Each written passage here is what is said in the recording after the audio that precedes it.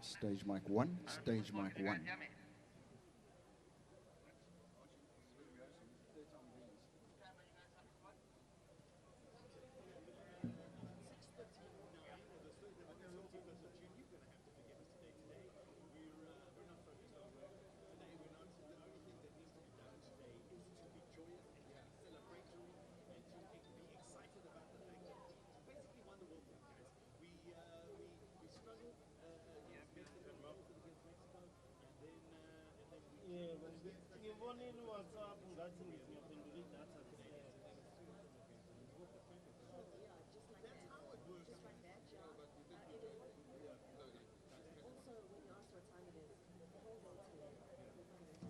Stage mic one. Stage mic one.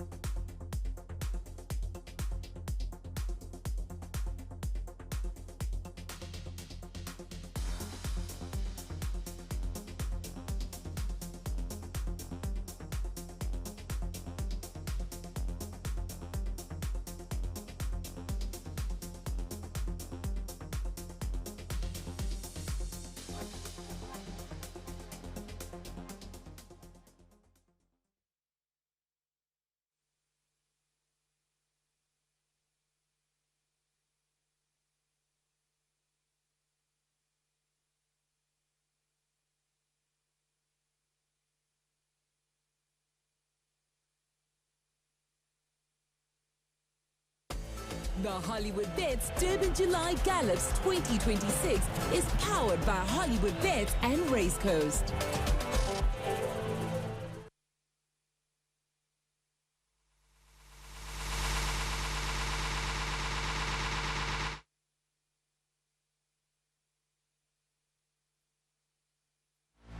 Beneath wide South African skies, the thoroughbreds run free. Hooves thunder with courage for all the world to see. Jockeys chase the horizon where glory will endure, where freedom meets elegance on fields wide and pure. Along the rail, bold silhouettes begin to take their turn. Suede, silk, and statement hats with fearless flair that burn. Not borrowed Western costume, but country reimagined sure, where style moves freely and glamour feels assured. As music lifts the moment and the celebration stirs, laughter, rhythm, and glamour belong to all who are hers. A rebel touch of country, refined yet wild for sure. So release your spirit at the Hollywoodbets Durban July in Country Allure.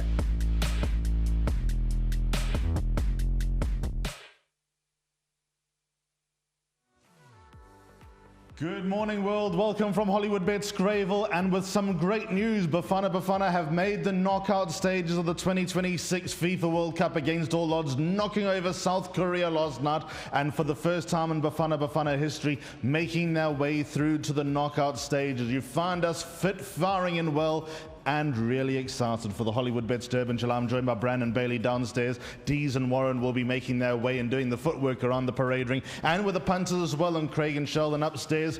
Brandon, 9 days to go on South Africa's greatest horse race, and the first thing that strikes me, I was here yesterday, it's amazing in 24 hours, again, how the place transforms and that vibe just increases. Absolutely, Ali, and I mentioned obviously with the live, the unveiling of the final field and the draws that happened on Tuesday. I mean, it's just unbelievable. If you walk around Hollywoodbets Greyville at the moment, scintillating. I mean, just having a look at this morning, it's my first time being at Gallops, and I mean, there's a buzz. I'm just glancing out the studio. You can see so many people super excited about what's just about to go down. Just to get a sneak peek as to how these horses are doing, of course, we have got Double Grand Slam that'll be galloping, just to see her well-being going into the Garden Province. But good stuff, Ali. Good to see you. I know that you've been a short time out of action, and yeah, good to have you next to me, Al. Thanks, Brandon. Yeah, wonderful to be here. These Gallops have been an institution. So if you are in and around Durban, come and join us for the pastries and the coffee that will be on offer. But I think most particularly what this is all about is just to show the well-being of the 18+2 reserves who will run in Africa's greatest horse race next Saturday. If you haven't booked your tickets yet, get online onto Ticket Pro, book your place here at Hollywoodbets Greyville on the 4th of July. Be part of the approximately 50,000 who will come and join us. But what this day is all about is history, tradition, and also showing the well-being. It's almost effectively, in rugby terms, a captain's run for all the horses that will be going round. There are also a handful of horses that are still based in Johannesburg. Those gallops have been recorded. They will be shown through the gallops and through this broadcast, and we'll tell you exactly who they gallop with, what the distance they're galloping over, and their preparation when they're going to travel down to Durban. And as Brandon said, there are also a few important gallops later on as the morning progresses. It feels like it's not even a race day, Brandon. There's a lot of people here. It's a big race feel. I got you at 5:30, Ali. What? Music was going. 5:30. 5:30, I was here. Super excited to be here for the Gallops. Music was going. There were a few people already with coffees in hand, and like myself and many punters out there, we're all excited for this moment. I must also mention 8 on 18 will also be galloping. I know he's not mentioned for the Hollywoodbets Durban July. He won't be running on the day, but he will be going through his paces, and Richard Fourie will be on top of him. Let's have a look at the field just to refresh the memory for the class of 2026.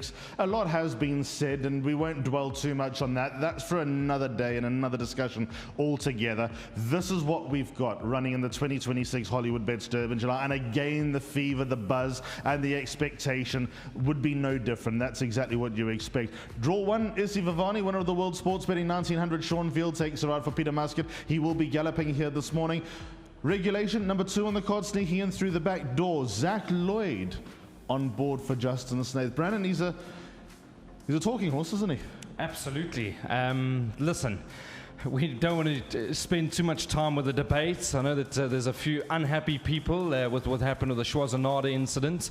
But regulations, yeah, and I think great to have Zach Lloyd out. Ali, if I can just chat to you about him. I mean, fresh off the back of a good win at Royal Ascot. We know that he's the new rising sensation in Australia.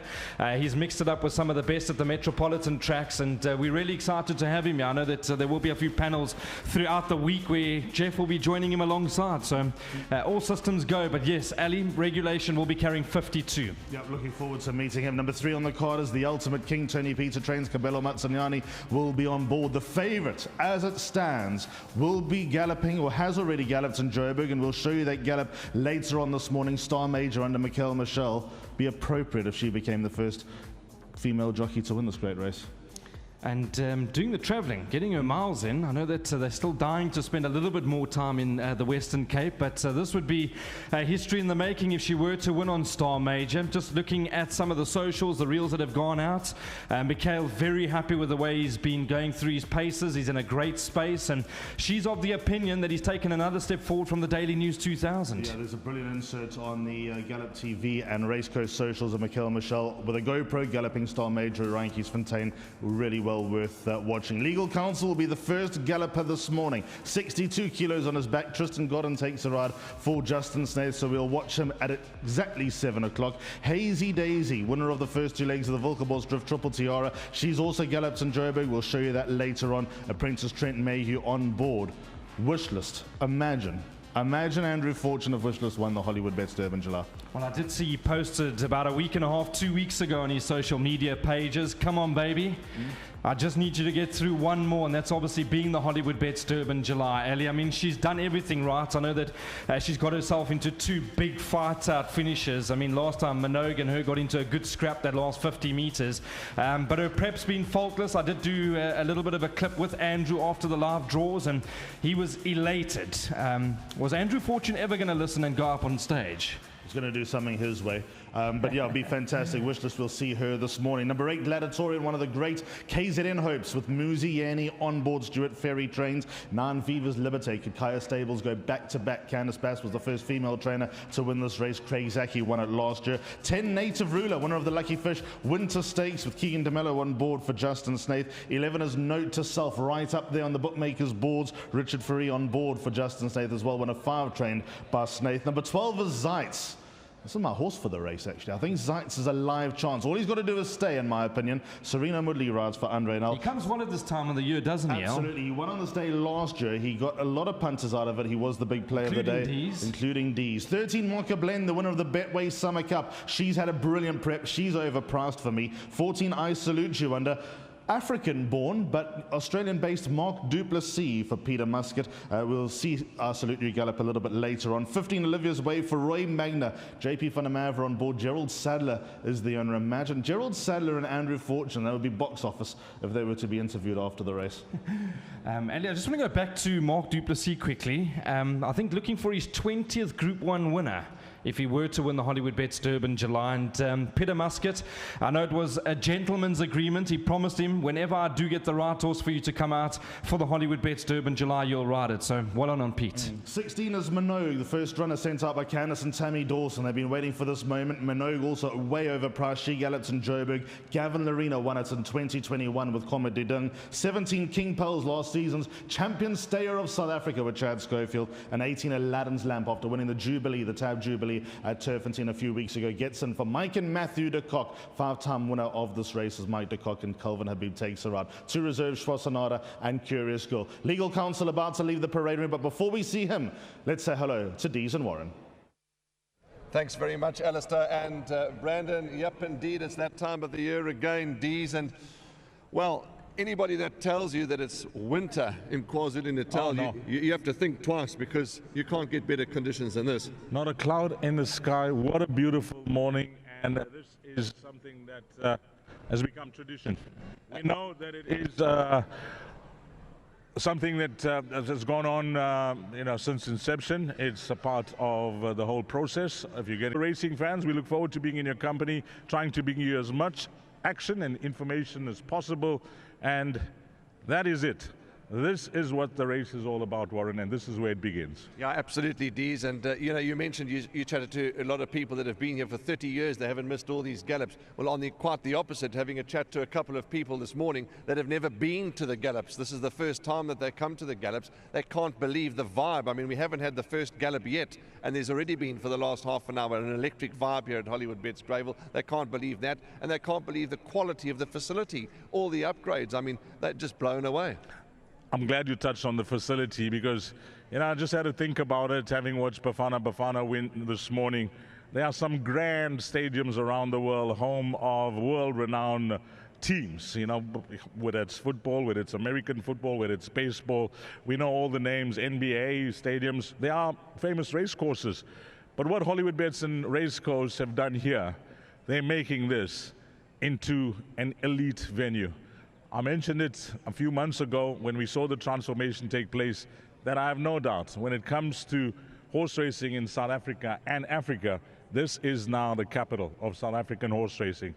And it's not only because it's the richest and the greatest race on the continent, it's because of the world-class facility that this has turned out into. And I can tell you, if you speak to Hollywoodbets and Racecourse, it's still work in progress. But what has happened from then to now, this is what I call an extreme makeover. Yeah, absolutely extreme makeover. And there's some visuals from the drone of this magnificent facility that Dees is talking about. Driving through the road that goes through the middle of the course the other day, I looked up and onto the grandstand, and Dees, that whole grandstand, since it's had its coat of paint, it's just come alive. The whole facility's come alive. Everything's come alive. I mean, this Champions Garden here, Champions Garden that's just outside the parade ring is also world class, and just absolutely, it's a whole fresh idea. But talking of the grandstand coming alive, with its facelift, etc., the grandstand comes alive properly on the first Saturday in July. I mean, that grandstand shakes. Yeah, there's nothing like it when it comes to crowd attendance. The house will be full. Yes. I can tell racing fans that there. If you haven't gone to Ticket Pro yet and got your ticket, for this year, with all the hype being a 10 million rand stake, plus the build-up to this year's Hollywoodbets Durban July, and every year we say it's going to get bigger and better.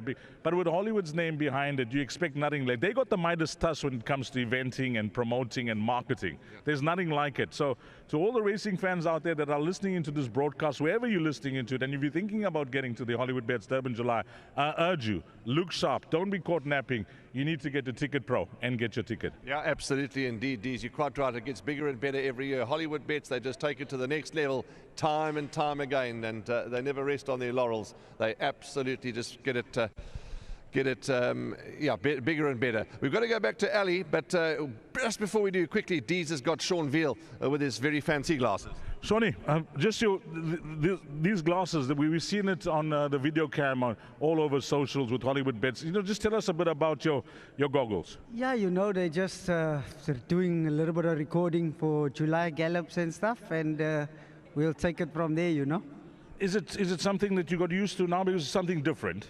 No, I'm used to it, Dees, movie star. Movie star looks.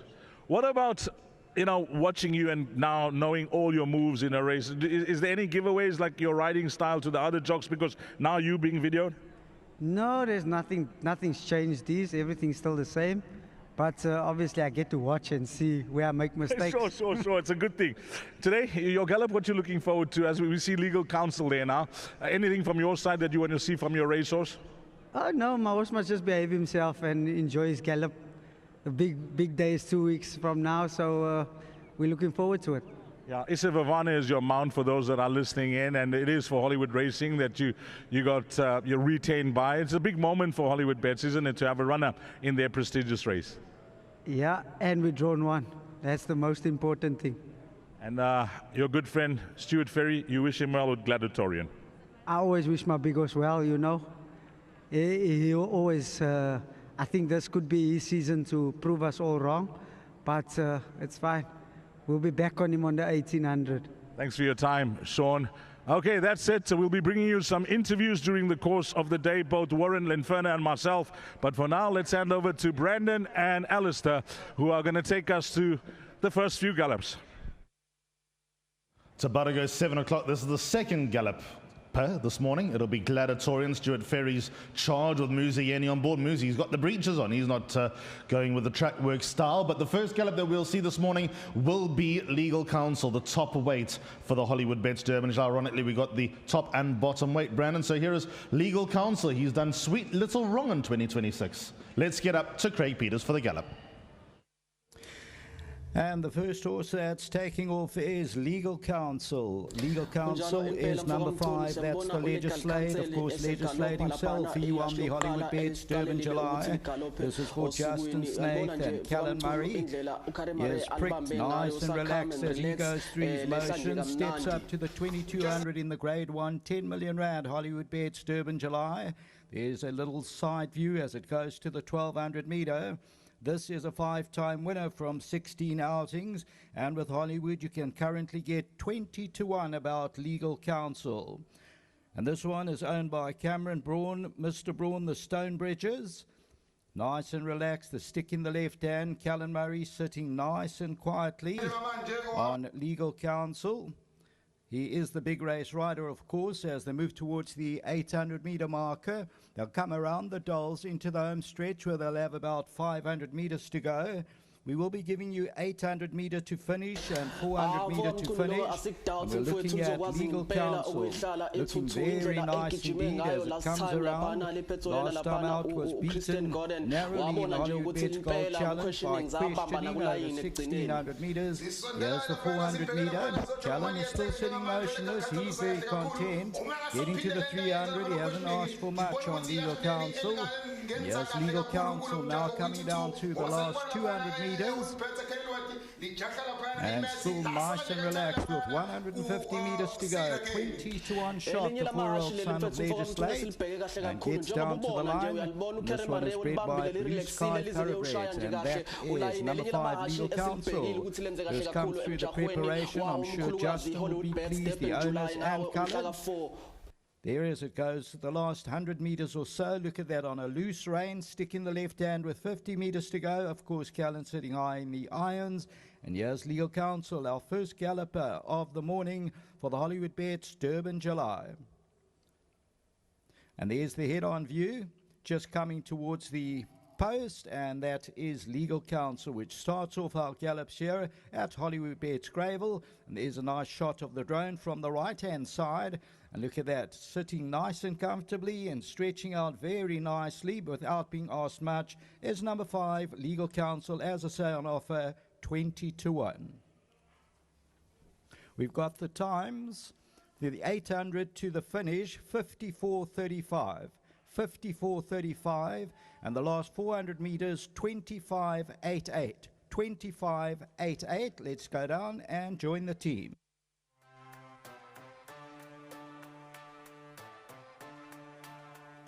Thanks so much indeed, Craig. We're about to go straight back up to Craig for Gladiatorian's Gallop, but before we get there, Legal Counsel top weight, Brandon. He was runner-up in the World Sports Betting Cape Town Met, runner-up in the Hollywoodbets Gold Challenge. Just a nice, easy, fluid gallop here this morning under Callan Murray. Yeah, never easy. Just listening to Justin Snake chatting to Nick Luck on the podcast. Never easy. I mean, 62 kilograms. But one thing about him, Ali, he's an absolute fighter. He'll probably go out there and make the running. He's got the draw in his favour. And coming off the false rail, he's probably the horse they're going to have to go and fetch that last 400 metres. Yeah, as I mentioned earlier on, here's one of KZN's great hopes about to get his morning underway. Gladatoran having a good look around, a real pro. He's the toughest around as Gladatoran. His last run really puts him back into the picture, and he's got Muzieni craving his first Hollywoodbets Durban July victory. It'll be appropriate for Stuart Ferry as well, being the assistant to Dennis Dreyer for so many years, if Stuart were to wear that sash just after 4:15 next Saturday afternoon. He knows his way around Hollywoodbets Greyville. He's just gazing, waiting for the all clear to get his gallop underway and to show you the shape that he is in 2026. We'll go back up to Craig and join for the Gallop of Gladatoran. We'll try sneak in a couple of interviews, and we'll head up to Johannesburg in due course.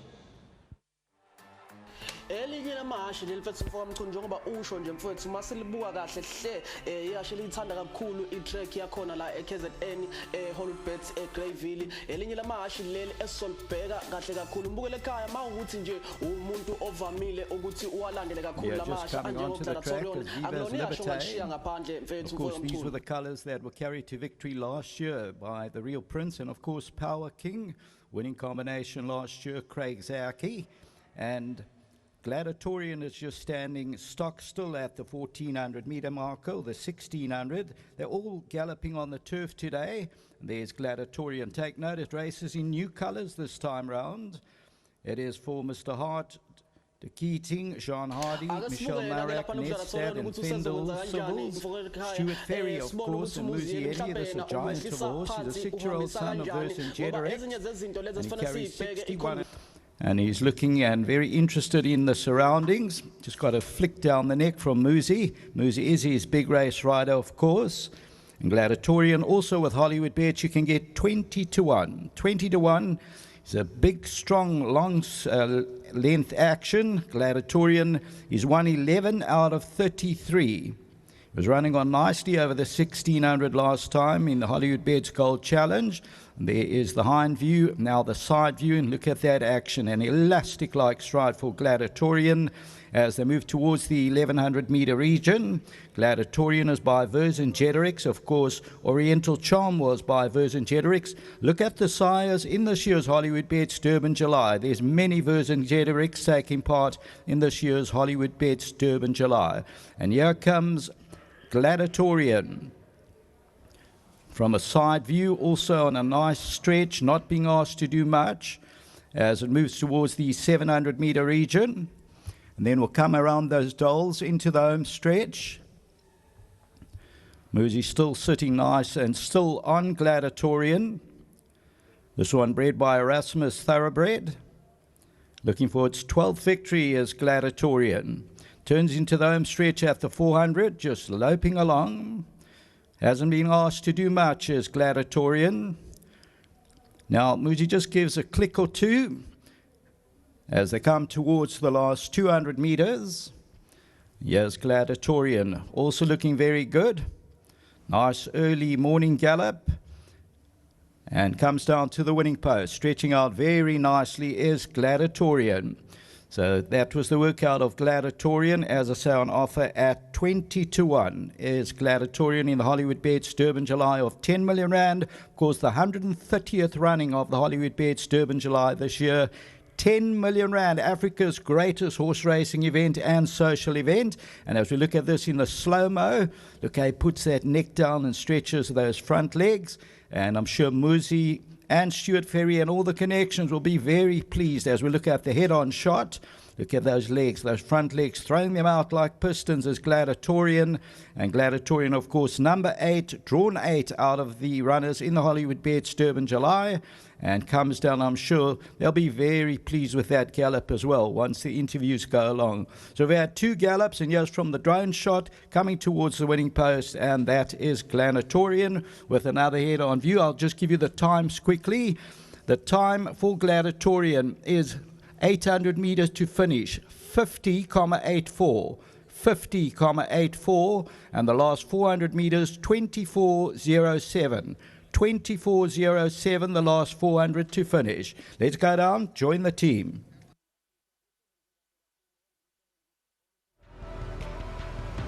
We got Kellen Murray here with us, who's just put legal counsel through the paces, and just watching it, it was easy on the eye. He seemed to love that. Yeah, he's settling really well. Obviously, he used to be a fairly difficult horse. He's come to hand very nicely. Very happy with how his prep's gone, and very pleased with his gallop today. He's a fit horse. I didn't put him under too much strain today. I think that work's been done at home, and he's ready for the race. We'll wrap him in bubble wrap and be here next Saturday. Just chatting to Tristan, who obviously knows the horse well. You too know the horse well, but he was just watching the gallop with me, and he mentioned that you know, on his own, he's a little chilled, but with another horse, he certainly can pick it up and get busy. Yes, absolutely. You'll probably see in that gallop, he jumped away a bit keen, but he came straight back under me, which is something I like to see going into a race over 2200. Gave him a little squeeze at the 600 and his ears went back and he picked up pretty sharply for such a big horse. And then I was able to say, that's enough, boy.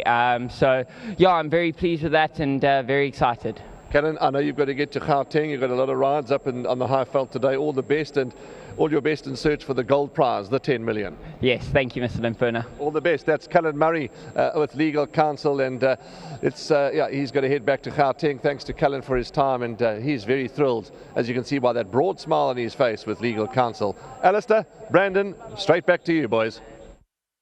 Thanks so much, Warren. So that's legal counsel's job done. I can just see a debrief out here with Stuart Ferry and Muzieni after Gladatoran's gallop. Peter Muscat's two horses are currently in the parade ring. We're about to get Viva's Liberte's gallop underway. And as I mentioned earlier on, these are the silks of the real prince who won it last year. Candice Bass trains Viva's Liberte. Craig Zaki is back on board after his run in the Daily News 2000 when fourth to Star Major. Quite a few are stacking him up as the type of horse who could very easily be dangerous with weight turnarounds in his favor. We know he's developing, getting better, stronger and happier with each and every start. Out of this gallop, we're going to head over to Joburg for the first couple of gallops, so we'll tell you a little bit more about the Ultimate King and Star Major. We might squeeze a couple more into the picture, but Viva's Liberte, Brandon, on your radar?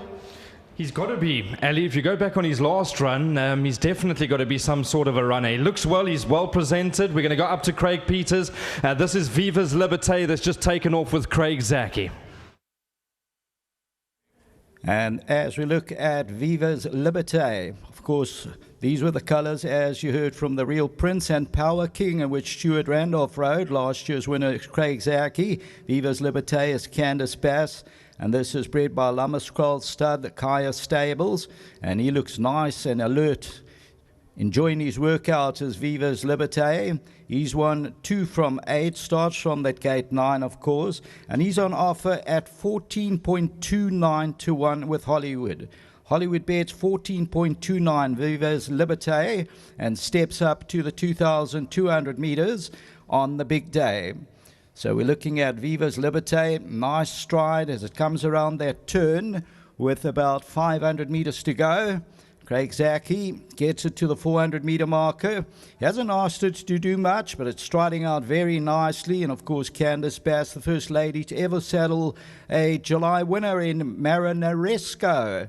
And here comes Viva's Liberte, stretching out also very, very nicely. So far, all of the connections going to be very pleased with all the workouts as Viva's Liberte comes around. Candice Bass, Craig Zaki, and this is for Kaya Stables at the business end of their gallop for the 10 million rand Hollywoodbets Durban July. So there now, they've just moved on to the poly. Just a reminder that the first race time, okay, the 800 meter to finish, 47.90, 47.90, and the last 400 meters, 23.90, 23.90 for Viva's Liberte. As we look at the side-on shot, now the head-on shot of Viva's Liberte, you'll see Craig has just given a couple of niggles just to stretch out, nothing much though, and Viva's Liberte, very, very impressive. Ultra consistent. He's won the 2 from 8, carries to the 53 kilos. We look at the side view, and this is Viva's Liberte. So very impressive as well. And as we say, Viva's Liberte, Craig Zaki, Candice Bass. Note that the first race time on Hollywoodbets Durban July is 11:45. 11:45. Let's join the team.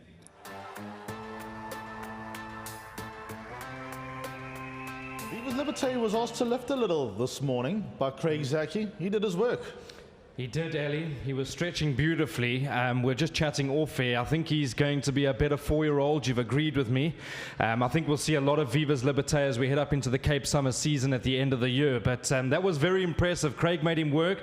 Be interesting to see what Craig's feedback is. Of course, he was the winner of the Hollywoodbets Durban July last year. Let's go to D's Dine standing by with Muzi. Yeah, thank you, and Muzieni with me, Gladatoran. You know, this horse has found you, hasn't it? Yes, definitely. And I was fortunate enough, I did ride him in a group race in Joburg when he ran second with me from a deep draw, from an awkward draw. And just fantastic what Stu's done with him. You know, I took him down. He moves just as well as a 2-year-old. He floats and he carries himself so well, even if he's obviously a competitive career. So I was really impressed how he moved, how he carried himself on the track. And it's nice what he showed to the public today, like the quality of horse he is. Talking about the racing fans, the one thing that they look for is a good prep coming to the race. He's put the Western Cape behind him. He's had 2 very good runs back home. Yes, not all horses tend sometimes to do well when they take away from the environment. He's come back home and it's nice he quickly found his form. It was a great in the 1400, a distance short of his best. He's run a quality third. And then his last start off a slow pace, he had no right to finish as strong as he did to run third, beating most of the quality horses. So I've come in with the right type of horse, kind of like a gladiator, an older horse like Ronaldo on the pitch, but on a real quality horse. Plus, when it comes to the way he enjoys his racing, he only likes one way, given a chance of the speed and fly once they turn into the straight. He's an exciting horse to ride. Yes, you don't want to be one-dimensional in a race. I've got to also be open-minded that there might not be speed in the race. And I've got a decent draw. You don't want to give it up. So you can't be one-dimensional. You've got to just take the race as it comes and make the bold decisions. You've had good tries and you've had good places. Maybe 2026 could be your year. All the best, Muzi. Well, Zach Lloyd is down here, so maybe. Muzi, any guys?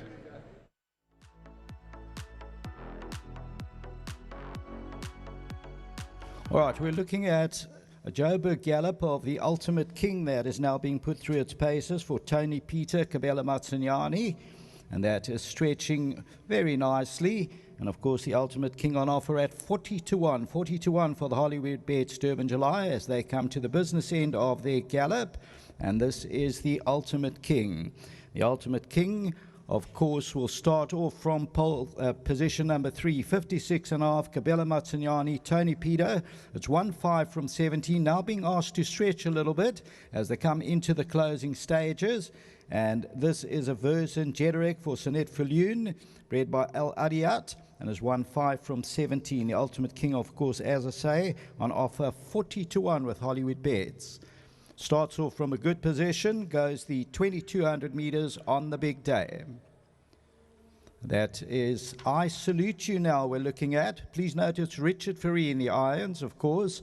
Richard Ferry, Mark Duplessis will be flying in shortly internationally. And this is I Salute You, the Socrat, bred by Shadwell Stud. This is owned by the Abrams, the Chetties, the Hebron, Natar, Zaki, and Advocate Nicholson, Miss T. Pillay, as they start off their gallop. As I Salute You jumps from the 1400 under Richard Ferry. Got those red boots on, just not to cut into.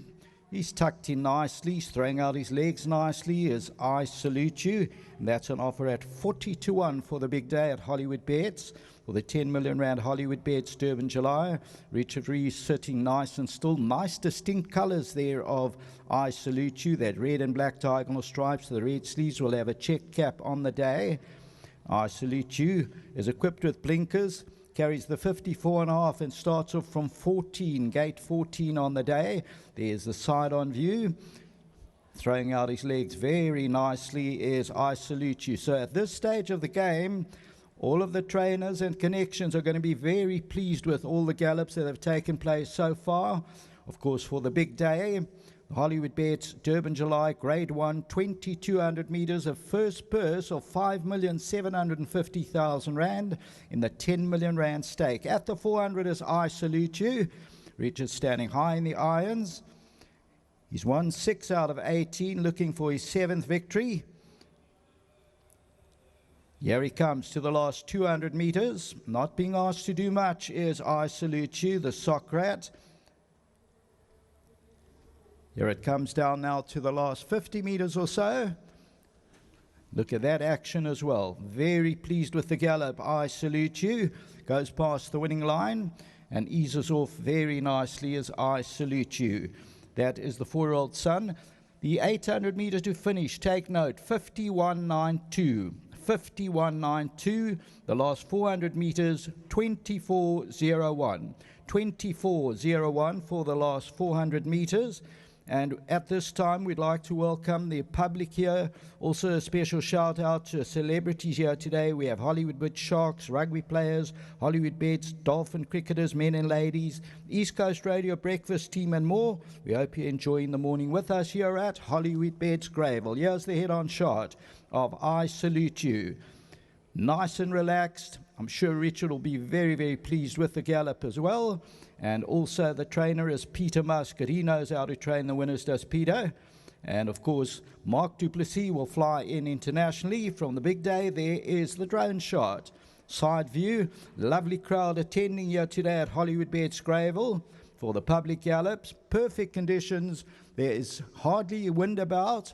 Perfect conditions for the gallops today, and there is I Salute You. And there's another look at I Salute You, has just come past the winning post, and we will go to the team shortly.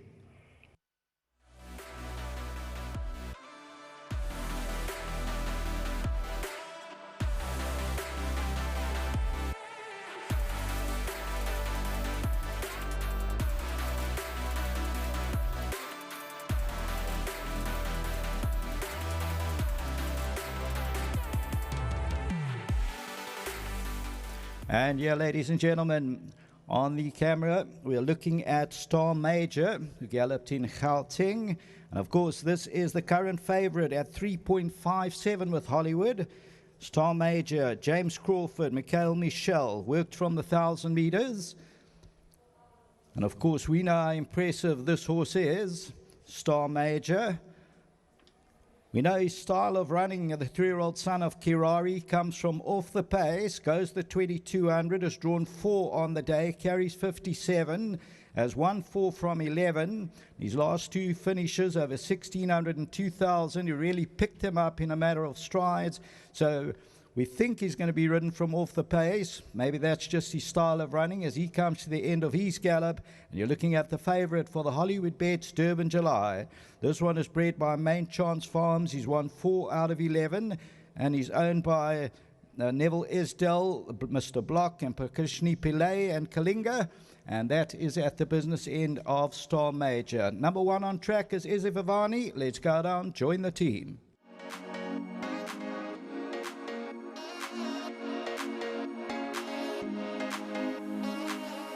The man responsible for Gladatoran's well-being is Stuart Ferry.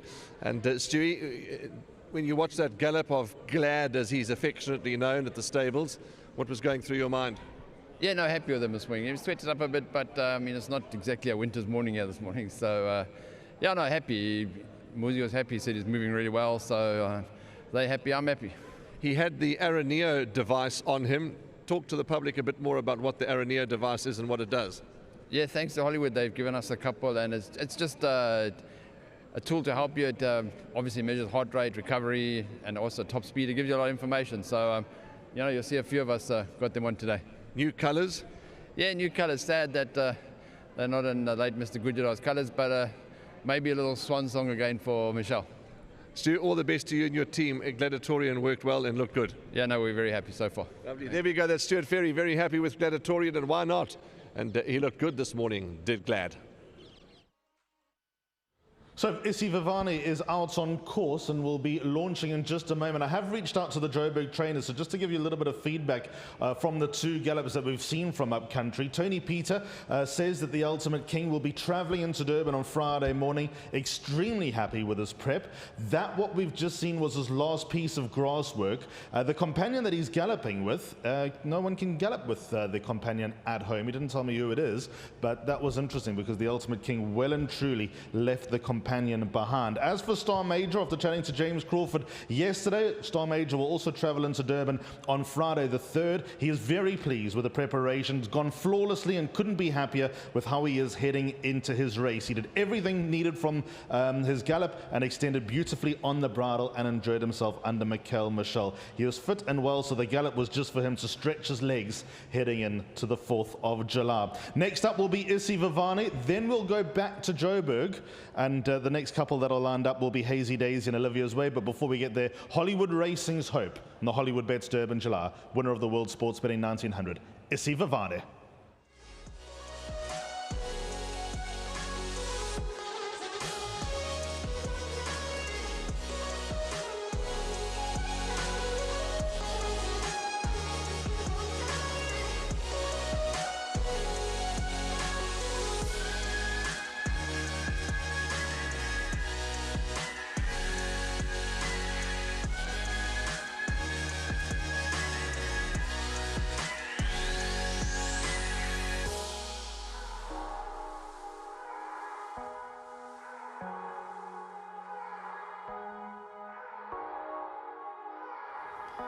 Yes, and yes, number one, Isivivane starts off from pole position for our sponsors, Hollywoodbets. And Peter Muscat, Schwasanada, they jump from gate number one on the big day. This 4-year-old son of Erupt for Hollywood Racing, bred by Narrow Creek Stud, has won 5 from 15. And currently you can get 20 to 1 with Hollywoodbets. See Sean, the horse is taking a bit of a tug. He's got a nice hold on Isivivane, who's stepping up from the last few runs, 1800, 1400, 1900, now again the 2200. It's going around nicely towards the 1000 meter marker is Isivivane. Of course, those yellow purple stars and the yellow cap with the purple star. So it goes towards the 900 meter marker is Isivivane. Schwasanada looking for his first Hollywoodbets Durban July victory. Moves towards the 600 meter marker. Will come into the straight shortly. Nice and relaxed, though, is Isivivane. He's now settled down more into a very good rhythm. We'll wait for it to turn into the home stretch. Let's see if it changes its legs. Comes around the dolls with about 450 to go. Now heads towards us. Still sitting nice and cozily. Schwasanada gets towards the 400 meter marker. He hasn't asked her to do much just yet. Now a little click or two past the 300 meter for Isivivane. As it comes down to the last 200 meters, it's getting a little bit lower into the saddle now is Schwasanada. They just changed legs once now, and there he comes down to the line. At the business end, Isivivane stretching out very, very nicely. I'm sure all connections again will be very pleased with the workout of the Peter Muscat inmate Isivivane. Looking at this view, let's give you the times. 800 meter to finish, 48.11, 48.11. And the last 400 meters, 21.91, 21.91. As we look at the head-on view with that white noseband, and then Sean just gave it a click or two, whispered in its ear to just stretch a little bit quicker. And Isivivane is doing exactly what it's bred to do as it comes down to the line, looking for its 6th victory from 16 starts. And there's the drone shot from the top view as it passes the winning line is Isivivane. This is regulation number 2. Justin Snaith, 6.25 to 1 with Hollywood. It's drawn 2 on the day. Of course, Zach Lloyd will be riding this horse on the big day. Tristan Godden is the rider this morning. Look at that, ears pricked, and this is a legislate, as I say. It has won the race itself, legislate. It's bred by Mr. Ian Foster, and it's bred by Greg and Gina Boards. And Justin Snaith, Tristan Godden on regulation. His ears remain pricked and looks really keen on its workout. Enjoying its workout as it moves towards the 800 meter marker. Of course, these colors were carried to victory by Oriental Charm. About to come into the home stretch. And here is number 2, regulation. The young 4-year-old, the bay gelding. Turns into the home stretch just outside the 400 meter. Tristan isn't asking much of it at this stage. Comes down to the 300. Now he gets a flick down the neck just to quicken up ever so slightly as regulation. And now there's a couple of niggles as it comes to the 200 meter marker. And here's another one. They'll be very, very happy with the workout of regulation. Looking for its 6th victory from 17 outings is Regulation. We'll give you those times shortly. That's just past the winning post. As Regulation, the time 800 meter to the finish, 48:31. 48:31 as we look at the side view past the 50 and the last 400 meters in 23,91. 23,91. That is for number 2, Regulation. That is the 6th gallop of the morning locally. And let's go down and join the team.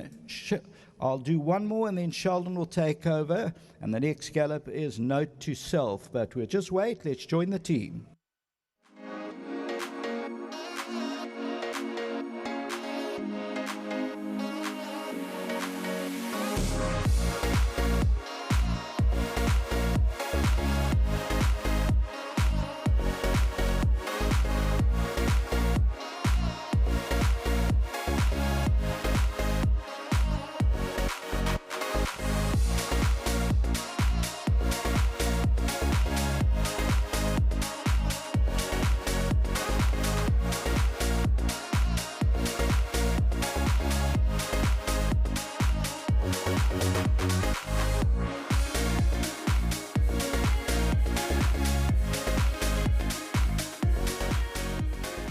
We're now looking at the gallop from Gauteng of Hazy Daisy, the Act of War. There were excuses last time in KwaZulu-Natal, was not striding out, but the Joburg form before that, absolutely faultless. No problem with the distance of 2,200 meters. Trent Mayu will ride for Corne Spies, the 3-year-old filly by Act of War, owned by Dasrith and Messrs. McNabb and Mr. Zayas, Vikesh Soberim, Spies and Vayakari. As we look at Hazy Daisy, looking for its 7th victory from 11 outings, bred by Breed and Stud CC. Just taking a little bit of a hold there is the rider at the business end of Hazy Daisy, who's currently on offer at 25-1.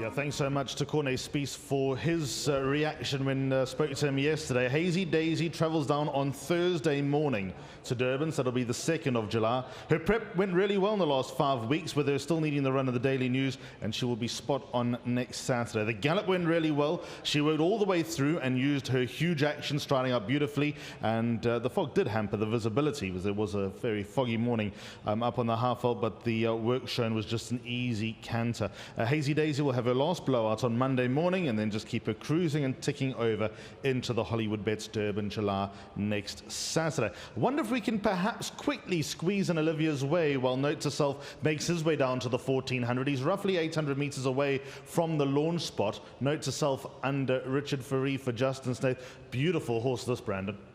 He's a magnificent horse. Also, just listening to Justin, I mean, he looks like one of those big English gallopers. He walks around the parade ring with a lot of presence, Ali. He's always been one of those horses. We remember him in the Western Cape, and just looking at him here in KwaZulu-Natal, you can see he's furnished. Justin did confirm at the draws that whatever you happen to see going into the Daily News 2000, you'll see a much better horse going into the Hollywoodbets Durban July. Yep, so Note to Self making his way past the 2,000 meters mark. Let's get up to Craig Peters quickly and watch the next gallop from the half-vault. And we're going back to Gauteng for Olivia's Way, and there we're looking at Olivia's Way doing the gallop. That's for Roy Magna. Blaine Marks Jacobson is riding in the gallop, and this is for Roy Magna. Of course, Olivia's Way will be ridden by JP van der Merwe on the dig day, being asked to stretch. And this filly is by Path Fork for Gerald Sadler and bred by Flying Stud. It's won 5 from 21, starts off from gate 15 and is carrying 55 kilos on the day. And Olivia's Way on offer 50-1 at Hollywoodbets as that comes towards the closing stages of its gallop. It goes towards the turn. That was Olivia's Way. The Path Fork has won 5 from 21. On picture, in picture is number 11, Note to Self, and this is the Futura. Of course, Futura ran in the same colours. A 3-year-old bay gelding, and of course, Richard Fourie has won the Hollywoodbets Durban July multiple times. So is Justin Snaith. Carries 55 kilos on the big day, bred by Fastfontein Stud. It is Jonathan Block, Jonathan Snaith, Nancy Hossack. Note to Self is getting now towards the 1600 meter marker and will jump off from the 1400 meter is Note to Self. Note to Self is currently on offer at 4.55 to 1. 4.55 to 1. Richard just getting ready, setting all his equipment to get this horse into stride. Note to Self, of course, has won 2 from 8. Ultra consistent and staying on nicely last time out. Head down nice and relaxed. Of course, these colours, there's 2 of them in the race. Wishlist, the other one. The white, black spots, the black sleeves, and the white cap. There, Richard's given the sign. He says, let's go ahead. Here's number 11, Note to Self, will shortly break into its gallop. They're just stretching out to get to that 1400 meter marker. And here's Note to Self.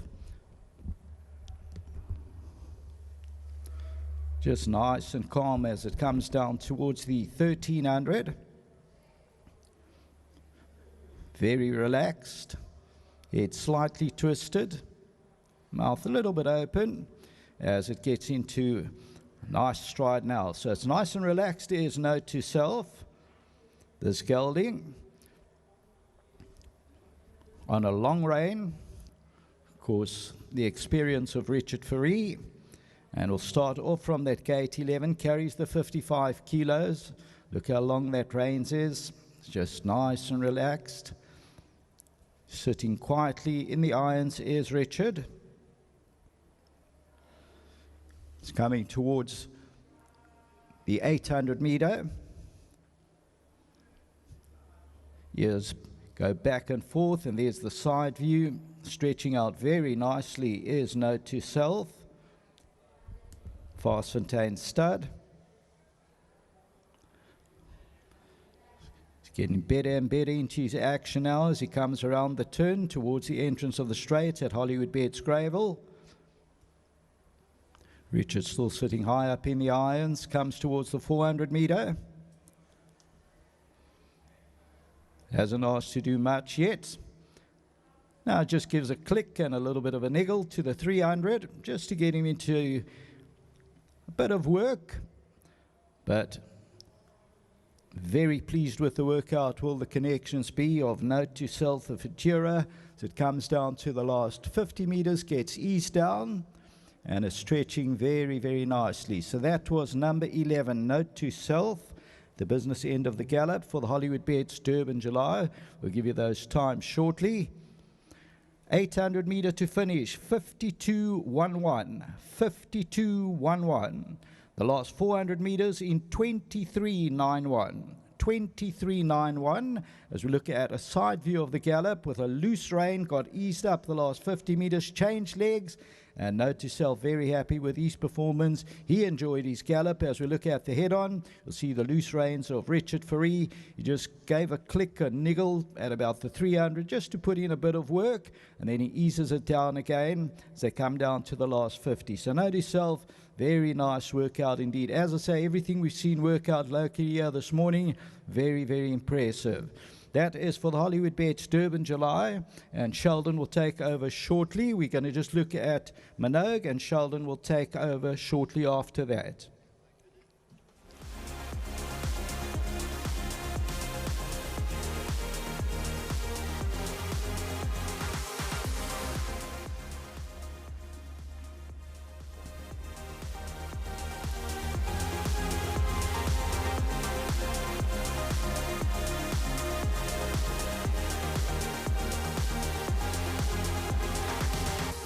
And we're looking at Manog going through its actions in Gauteng. This is for Candice and Tammy Dawson as draw 16 to overcome. And Gavin Arena, of course, a champion rider in his own right. He won it on Comedy Ding. This is a verse in Jedrix. Manog is a 5-year-old chestnut mare, and Gavin takes the ride on the big day. Has the wide draw to overcome. This one's bred by Blue Sky Thoroughbreds, but nothing wrong with that workout looking at the side view. And of course, there'll be nobody better to tell you. Just jumped a patch there, but there'll be nobody better to tell you more than Alistair Cohen for Candice and Tammy Dawson's workout on Manog. Is looking for its 6th victory is Manog. And Manog is currently on offer 33 to 1. 33 to 1. Alistair will give you some more information. I'll hand you over to Sheldon as well.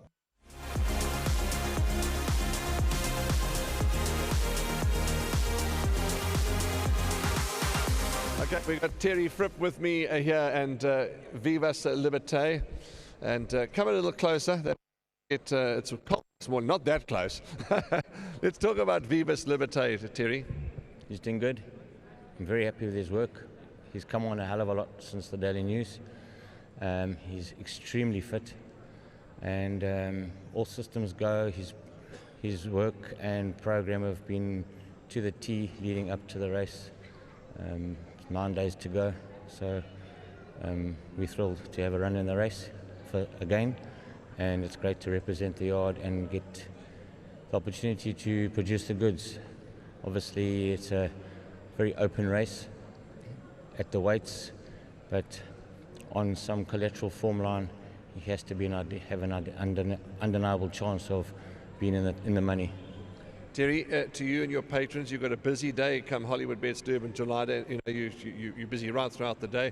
All the best for the big one, and Viva Liberte, all the best to you all. Thanks so much. Lovely. There we go. That's Terry Fripp, who's the assistant trainer to Candice Bass here in KwaZulu-Natal, and talking about Viva Liberte. He's beautifully bred, a magnificent individual. He wasn't cheap in the sales ring, was Viva Liberte. So let's see what they can do, but he's in a good space. You saw the gallop, and it's absolutely fabulous to talk to Terry Fripp and get all this information hot, literally hot off the press. Okay, that's it. Let's see if we're going back to Brandon and Ali.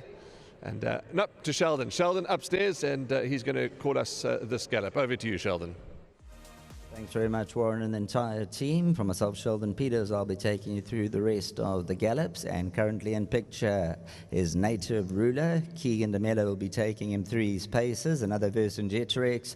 The lead companion goes off, and so does Native Ruler. So we'll wait for them to realign. And once again, bounce. They'll be going from the 1400 meter zone. And of course, Native Ruler just in behind the grey companion gets a toe through. Flashy looking chestnut, who certainly has the ability, as he has shown on the race course. And when the right Native Ruler turns up on big race day, he is capable of pulling off a big race like the Hollywoodbets Durban July for 10 million rand. Of course, Keegan DeMello did ride him last time out when winning, and that was the Grade 3 Lucky Fish Winter Stakes. So the top jockey booking of Keegan DeMello, a winner of him last time out, over 2,400. Native Ruler now just trying to veer away from his companion, and now just breaks out into a slow canter.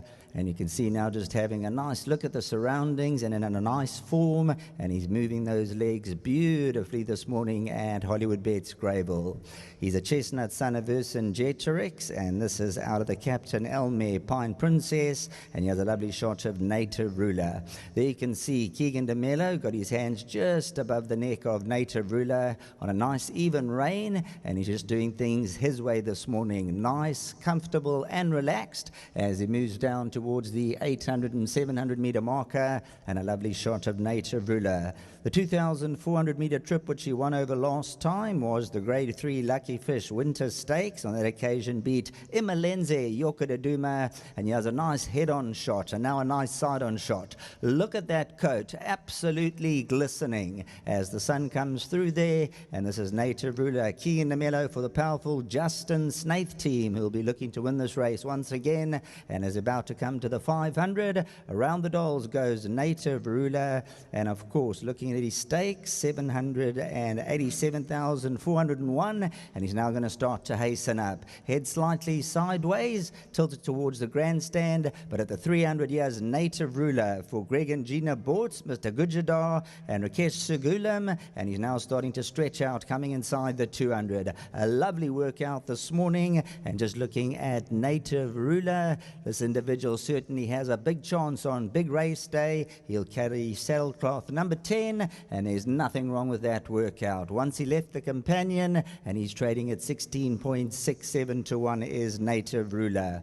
That was the workout over 1,400 meters, and this son of Vercingetrix. There you get a lovely side-on action. 800 to finish, 48.11, and the 400 to finish, 21.91. So nothing wrong with that 400 to finish, certainly putting in the pace work there down the lane. Here's a nice head-on shot of Native Ruler, and of course Oriental Charm. We know those colours to victory in the Hollywoodbets Durban July, and could this be another time for Greg and Gina Bortz and the connections to see these colours rise above all and take a share of that 10 million rand purse on offer?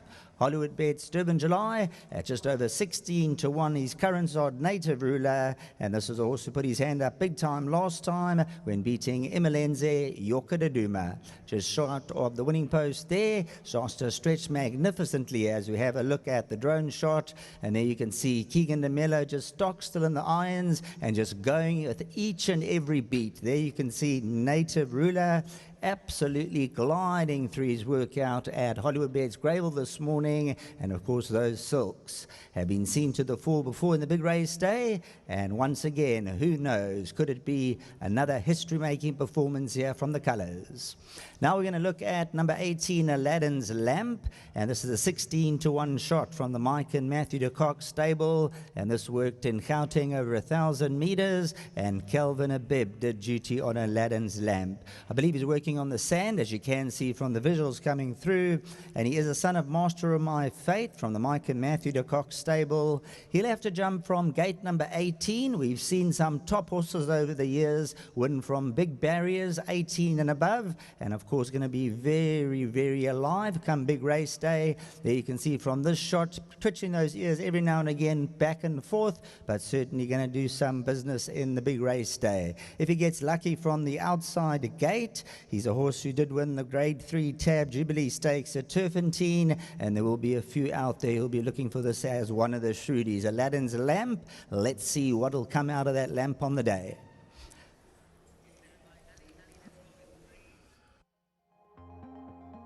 Wishlist is out on course. Let me just give you a little bit of feedback from some Joburg gallops. Chatted to Roy Magna. The gallop that we watched of Hazy, of Olivia's Way was on Tuesday. Worked really well. Really happy with the gallop of Olivia's Way. She will travel down on Friday, the day before the Hollywoodbets Durban July. She'll have her last blowout on Tuesday. As for Manog, that gallop was yesterday. She'll be having another little workout this morning. Will Manog? Gavin Larino reported to be very happy. Manog's in a very good space. Her work is always of good quality, and again, she showed her well-being there. And Matthew de Kock, after chatting to him yesterday, could not be happier with Aladdin's Lamp. As we speak, Aladdin's Lamp will be having a little grass gallop at Turfentine Racecourse. To quote Matthew, Aladdin's Lamp has gone from not being able to beat his worst maiden in work to beating everything at home. Well, 378 was the number that was set to break the South African record for the number of wins for a season, and that's the gentleman on my right. We all will never forget that number. But he's also a multiple winner of Africa's greatest race. Let me try and legislate, Bulgarian, do it again. Those are the three? Yeah, and note yourself. Yo, and note yourself. Nice job there. Well, that's coming up in a week's time. Just what horse it takes for you to win this. Right, the next gallop in commencement is number 7, Wishlist, Andrew Fortune. This is for the Justin Snaith team, and looking at Wishlist, this will be working with Kubu, the stable companion with Tristan Godden, and you'll see Tristan Godden giving Wishlist something to aim at, and Andrew Fortune, there you can see just hard against the steel on a nice rein there, keeping her compact and together, and she's of course top quality is Wishlist. She's won 4 in a row. She'll carry 54.5 2.5 kilograms in the Hollywoodbets Durban July. As you can see, she starts to inch closer and closer to the stable companion, which is Kubu, and at this stage going around the 900-meter marker. So Tristan Godden is setting pace, and that is for Wishlist. And of course, the sire, Legislate, won this prestigious event, and this daughter of Legislate will be looking to do her sire proud. Now you'll see she'll just start to hasten up as the stable companion takes them around the doles, and Wishlist for Jonathan Block and Nancy Hossack, currently trading at 9-2 in the bets with Hollywoodbets. So in the betting 9-2, Wishlist will angle to the outside, those black and white silks, and a little niggle from Andrew Fortune coming to the 400, just asking Wishlist to pick up her pace past the 300-meter marker, and there goes Wishlist going on. She is the winner of the Lucky Fish Will Evington. That was a grade 2 event, and on that occasion came through to win. And Andrew Fortune, as he does in his customary style, gives him the pat and the seal of approval down to the post. And there's a beautiful workout from Wishlist this morning, and looking at her record, a 50% win strike rate, 10 runs for the 5 victories, 2 seconds, 2 fourths, and the time 48.12, 800 to finish. 400 to finish, 22.10. Pricks her ears as they come down to the winning line. Her name is Wishlist, a daughter of Legislate, and she'll certainly be looking to go for 5 in a row come the big race day on Hollywoodbets Durban July Day. Andrew Fortune just coaxing her along and just gives her a nudge and a nurdle there coming to the last 75 meters, just to let her stretch out, and she certainly knows what it takes to win at this course. She is unbeaten here, and that makes her a huge runner. There you can see 4 lengths clear from the stable companion from the drone footage, coming down to the winning post, and Wishlist. Andrew Fortune, Justin Snaith, who knows how to win this big race day, and certainly has taken many Hollywoodbets Durban July winner. As we're moving on to Schwasanada from the Erico Verdeniz stable, and this is reserve number 1, number 19, Schwasanada, and I believe has worked from the 1600-meter marker. So Schwasanada, the first reserve runner, this is the son of Karori, and looking at this reserve runner on the turf from the 1600-meter marker, and the colors are dusty pink, white and black hoop, armbands with a black cap. This is for Isabella Lombard and Mr. B.M. Jossel. So Erica Verdeniz will be looking to get Schwasanada into the big race, and here's he doing his pace work, and there you can see he's stretching those legs beautifully, taken through his morning workout, and he's just doing what is asked of him this morning when the gallop was recorded, and he's doing everything picture perfect. There you can see he's asked to stretch a little bit extra, and he's now starting to really build to the bit, and certainly going very, very well out there. So the connections of Schwasanada and Erico Verdeniz, they'll be holding thumbs, fingers, and everything possible, and hoping that he'll get into the big race day. Let's go down to D's. Yeah, apologies, Richie. You know, it's live TV. Gallops are done. But you were just telling us what type of horse it takes to win this race. Yeah, exactly. Proper horse and very well weighted. It's the handicap race after all. This year, new sort of weights.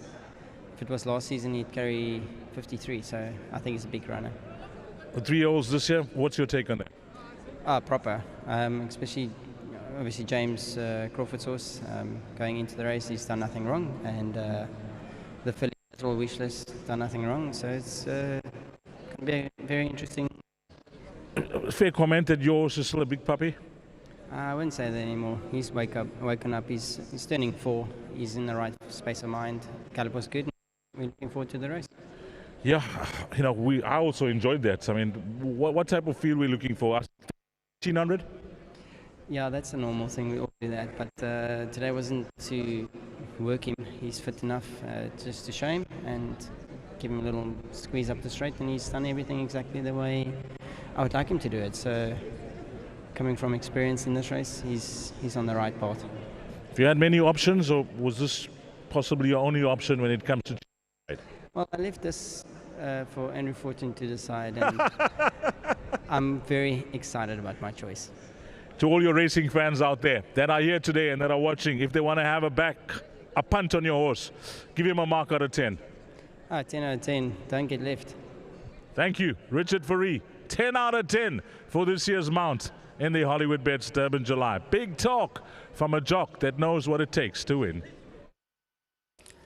The flashy grey, his name is Zites. He's on the right-hand side, as you can see from the visuals. Serena Mudley for Sabine Plattner, and she owns Zites. Zites is bred by the Main Chance Farms for the Andre Nell stable and Byron Foster and the team. A Vercingetorix, 4-year-old individual, and he'll be taken through his paces with Serena Mudley. And the stable companion that will be working with him this morning is Ice Rain. So she will be working him this morning, and it's Patrick Mkhize. Patrick Mkhize, he'll be the work rider on Ice Rain. Serena Mudley and Zites, they ran just the other day when winning. We'll get back to that in a moment. They'll be jumping from the 1,200 meter mark, so that will be one of the shorter workouts this morning, as he is fit and ready for the Hollywoodbets Durban July. 10 million rand up for stakes, and of course get those race cards, get all the form books out there, and the July tickets are on sale. The winning form for this year's Hollywoodbets Durban July is available for sale today here at the Gallops. Look out for the winning form ladies and their sales desk in front of the grandstand. The cost is 25 Rand. Gallop form is also available for purchase, and remember, all the winners are in these publications, so don't get left. Get your tickets, get everything you need for the big race day, your parking tickets, and etc. And of course, most importantly, let's get those bets a rocking and a rolling, and the betting is out with most of the betting sites. Hollywoodbets, of course, we take in their betting and giving each and every runner. Right, Zites is currently at 14-1. Was nibbled down in the market. There has been some shrewd money, and just judging by the jump, they're not going to do much with Zites this morning. Ice Rain on a double hold, and Zites without the blinkers there, sitting in second, and they're just going a steady crawl. So a steady crawl there for Zites, and this individual, he came through to win the 1800 last time out, and that was the Grade 3 Bet Games Cup trial. And the big question is, he'll be testing unknown territories when it comes to the distance of 2200 meters. So Ice Rain just going very easy, and there you can see Zites, head harsh twisted, lovely, magnificent, majestic animal, and he's got a devastating turn of foot. As we saw last time out, the pace was on, and always in the Hollywoodbets Durban July, 9 out of 10 times you get a true run race. They jostle for position the first 400 to 600 meters, and Zites will be looking to do the late business and come flashing through. You won't miss him in the running at the 400, and here's Zites on the right-hand side. Serena Mudley not asking anything of him this morning. He's absolutely gliding through, and he's really got an elastic-like action. Coming to the 200-meter marker, here's Zites, the Vercingetorix for Sabine Plattner, an absolutely magnificent specimen, and he put his hand up big time by winning that race last time out, and then came into the Hollywoodbets Durban July. He'll jump from stallgate number 12. He is number 12 for the big race day. This is for the Andre Nell team, and the time's 800 to finish, 49.92. 400 to finish, 21.92. So just looking at those times, 49.92, 800 to finish, and a 21.92, 400 to finish. So not too shabby for Zites, really looking good, cool, calm, and collected, and enjoying strutting his stuff here at Hollywoodbets Greyville this morning. A lovely workout that cannot be faulted, although he didn't go hard and just did things very easy. This is what you like to see. A horse that's in fine fettle, moving majestically, stretching out beautifully, and there's no chinks in his armor judged on this performance this morning. The only question is the 2200 meter on the big race day, and with the speed likely to be on, he'll slot in a couple of lengths off as he goes past Ice Rain there, coming down towards the winning post. And I'm sure the stable and the connections and the backers of Zites, the flashy grey, they'll be more than happy with this workout this morning. And Serena Mudley will give you a little bit more feedback, and he's very, very upbeat of a big performance. So after this workout, I'm sure Serena Mudley's going to come back and say tip-top performance, and they're ready for the big race day on the 4th of July, the first Saturday. 10 million rand up for grabs, and Zites put his hands up last time out. He got into the big race, and he'll be looking to do his connections and followers very proud.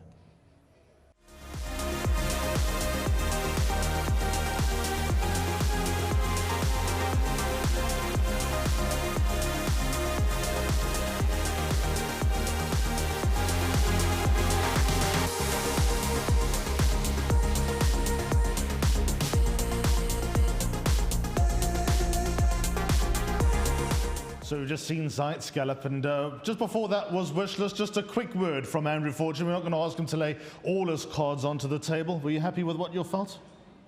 Yeah, she's never disappointed me. You know, she's, besides being coloured, she's a giver. Just as far as her preparation is concerned, all on track? I thought the perfect prep. Guineas, 2000, couldn't blow out a candle. She just does it so easy, man. Just does it so easy. How do you think the pace will be next Saturday? I'm leaning more towards false than anything else, you know. Thinking Viva is going to go again like it did in the Daily News is not going to happen because it didn't quite work out for him. So what have you left with legal counsel? You know, I can't see it being hard. So I'm going to have to get in a good position, which I got the draw to do. So, yeah, put it this way. What beats me will win the July. Okay, a little bit of trivia. Who's the oldest jockey to have won the Hollywoodbets Durban July? Apparently Pierce Strader. How much older? He won it on the conglomerate. That was his last one, the Hollywoodbets Durban July. He was 50. So you'll break that record by about a decade. It's the only record I will have. So thanks to our SABC viewers, they'll be on our way out of here. So we'll see you back here next Saturday, the 4th of July. There's plenty of racing coming up as the days progress. But to our SABC viewers, thanks for the morning. I trust you've been entertained. There are a couple more gallops to come your way. You can tune into Gallop TV or Racing 240 and get the tail end of the gallops. We've got King Pearls and Moa Blend to go round.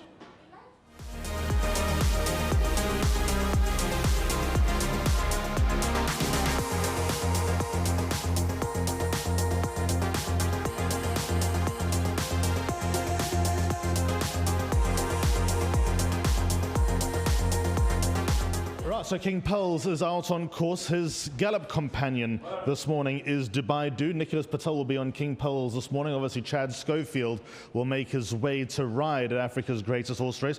There was an interesting post that was sent out that 11 years ago, the Hollywoodbets Durban July, and there's only one jockey who rode in that race who'll be riding this year. That's Chad Schofield. Crazy statistic, that. Yeah, what was it? 2015, I think. 2015, and he found, shame, it wasn't the clearest of passages. They were all bunched up on the outside fence. And the very next year, I think Pierce Strader rode the conglomerate to go on and win now. From the worst of the draws, the conglomerate won in 2016. But then in 2015, just a year earlier, Chad Schofield, the only surviving jockey from the 2015 Hollywoodbets Durban July, who will be back. Of course, 2015, the great race was won by Power King under Stuart Randolph. Just two more gallops to go this morning. We also have a recording, I believe, of Curious Girl to send your way, but it won't be a gallop of Curious Girl. It will be her last run in the Lucky Fish Fillies Winter Stakes here on Sunday at Hollywoodbets Greyville when she ran second to Jazz Cafe. A few other gallops coming your way this morning. Tudor Rose, who will be running in the Amusenet Golden Slipper. Red Spice will be running in the Amoda Golden Horseshoe. Peter and Albert Stain train that. Double Grand Slam, likely to be favourite in the Ridgemont Garden Province. Cat's Pajamas will be galloping as well, and then 8 on 18 is also listed to go around. Let's get up to Sheldon Peters as King Pearls gets ready to launch. Thanks very much, Alistair. And here we have King Pearls. This is from the Gareth Van Zyl stable, and currently 25 to 1 in the market, being nibbled from 33 to 1 down 25 to 1 recently. And King Pearls, Nicholas Patel will be taking him through his workout. Interesting, keep an eye on the companion, Dubai Dude. Now, over the years, we've gotten to know these companions that they work with.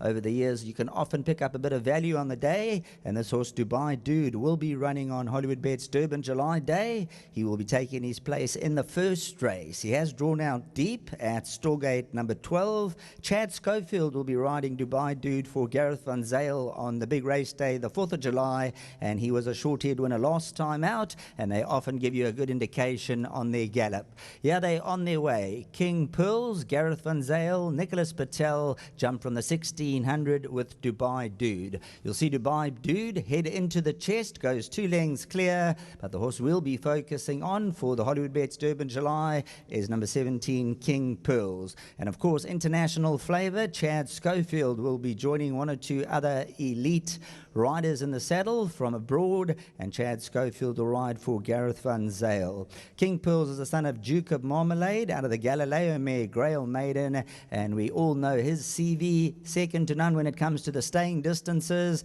and there they're now starting to stretch past the 800. There you can see King Pearls, the flashy chestnut. He's just strapped for all occasions here, and to make sure everything goes perfectly down to the T.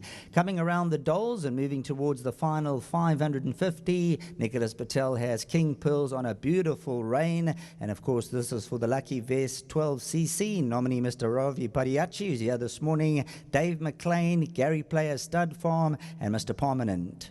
So look at this individual. Dayglow pink, royal blue hoop, striped sleeves, Dayglow pink cap, angles to the outside, and Nicholas Patel just a little nickel there inside the 150, and King Pearls is coming through with flying colours, and of course he won the Gold Cup, the Gold Vase. He's been there, done it over the staying trips. Will it be his time to shine in the Hollywoodbets Durban July over 2,200 metres? And he comes over a second to Okavango and a fourth behind Zites. No stamina doubts.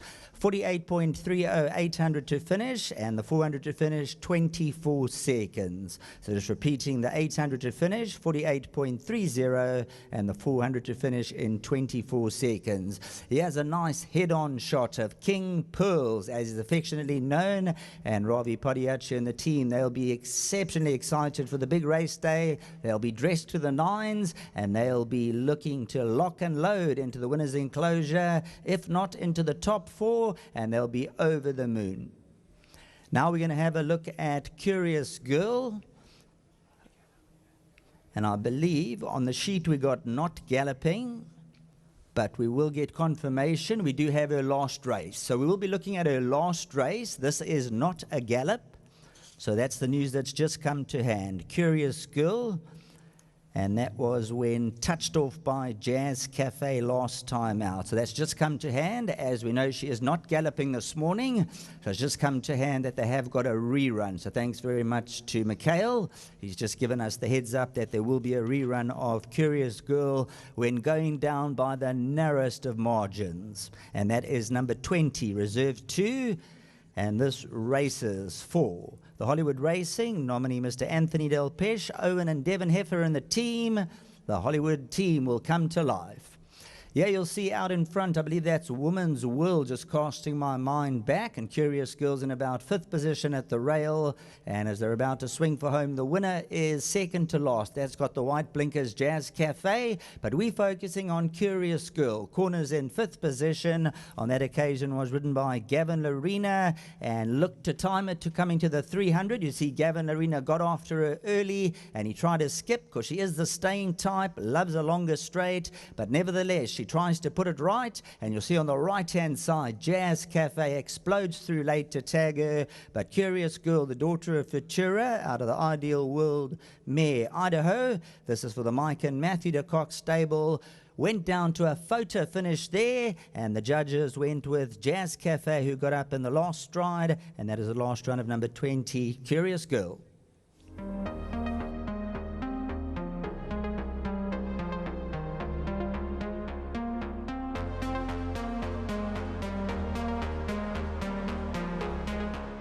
Well, you can never write the script on what's going to happen in life and how things ramp up. We know that Woodley had a horrific accident towards the end of last year, and then it's stop-start to these big horse trust that was earmarked for the Hollywoodbets Durban July. But all that has changed now, Sereno. Yes, these things, like you say, you can't script them, and just truly blessed and grateful, for the Lord for His blessing. And look. Now we're having a look at Moa Blend, and Moa Blend will be from the Frank Robinson stable. Tristan Godden will be riding, and Status is the stable companion that will be working with Moa Blend this morning. So come big race day, Moa Blend is number 13, and I believe Son of Raj is the stable companion. So it's not Status as is on the sheet. We're just being given it Son of Raj. So Son of Raj takes them along by 2, and those famous silks back in second. That is of Moa Blend.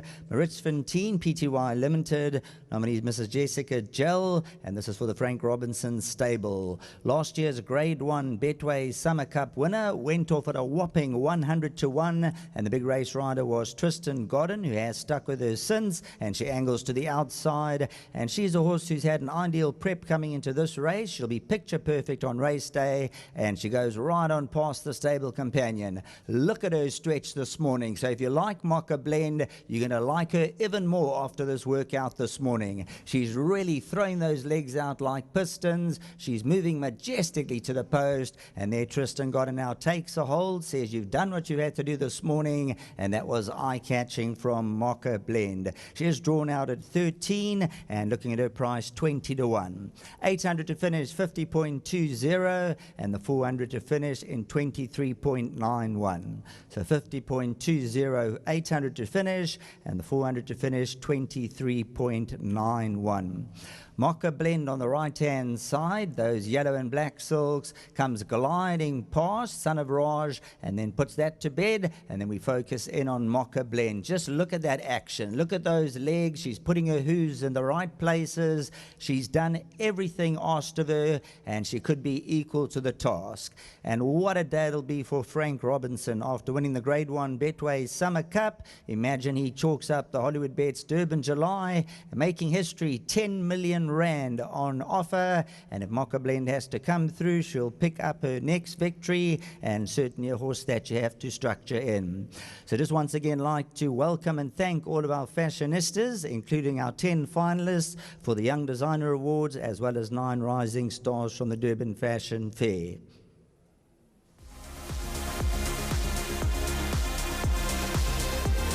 Yeah, apologies racing fans, and apologies to Serino Mudli, but he's kind enough to stay back for the interview. It's live TV. Sorry, Serino, but you were coming back and you were saying, you know, you can't script these things. Yes, Deej, you know, it's just one of those things. We thought we were riding a different horse, and somehow we ended up on this horse, and it's just so fantastic for the team, you know, Byron and his yard here, Mrs. Platner, Andre, you know, it's just fantastic to have a horse of this caliber. You know, last year we were aiming at him for that race, and Salukwe came along, and it's just amazing how things work out, because he would have got a rating and he ended up getting scratched in one of those races, and he comes in with the perfect weight, and I think he's spot on for the race. I wish the race was this weekend, to be quite honest with you. He obviously nominated himself because he wasn't part of the first entry. So, you know, since he's come down to KZN, his 2 wins have been superb, and he has to have a crack at the race. That's it. I don't think you can give a race a miss of this caliber. You know, it's obviously, like you say, he put himself into the picture, and he's the ideal horse for the race. If you look at it, you know, there's nowhere else to go. But I'm just glad I'm aboard him, and it worked out the way it did, because this morning he just showed his true guts and determination, and he's in a very good space, and I'm just chomping at the bit to get to next week. Obviously, you guys wouldn't be running him if you thought that stamina was a question, but that's the question that you get asked, I get asked on a daily basis. I'm sure Baran, Andre, everybody that's associated with the horse. What's your thoughts on the distance? Look, that's why I galloped with a companion today. If he came alone, you'd have hacked around Greyville. So he's a horse that's very laid back at home, and there's no doubt in my mind that he won't get the trip. You know, he's a horse that does everything the way you want him to, and come the 4th of July, I can promise you something, that last 200 he'll be in the finish. Beside the number, beside the colors, beside Serino Mudli, beside Ms. Patna and Andre Nal, I can tell you that being a grey in the race, you could be the most popular horse. Jeez, don't worry, I've get it a lot since he's in the final field. Everyone says it's the grey love, so hopefully we in the winner's box, but you know, all glory to God, and if it's meant to be, it'll be. You've had 2 places the last 2 years. Hopefully things go your way. All the best in the 2026 Hollywoodbets Durban July, and thanks for your time. Thanks so much, Steve. Thank you. Okay, guys, that is Zites, who put up a useful gallop. Yeah, the questions will be answered about the 2,200-meter trip come Hollywoodbets Durban July Day. So all the Hollywoodbets Durban July runners have galloped this morning. After this, there will be a quick panel discussing the virtues of the gallops with myself, Anthony Delpeche, and Lucinda Woodruff.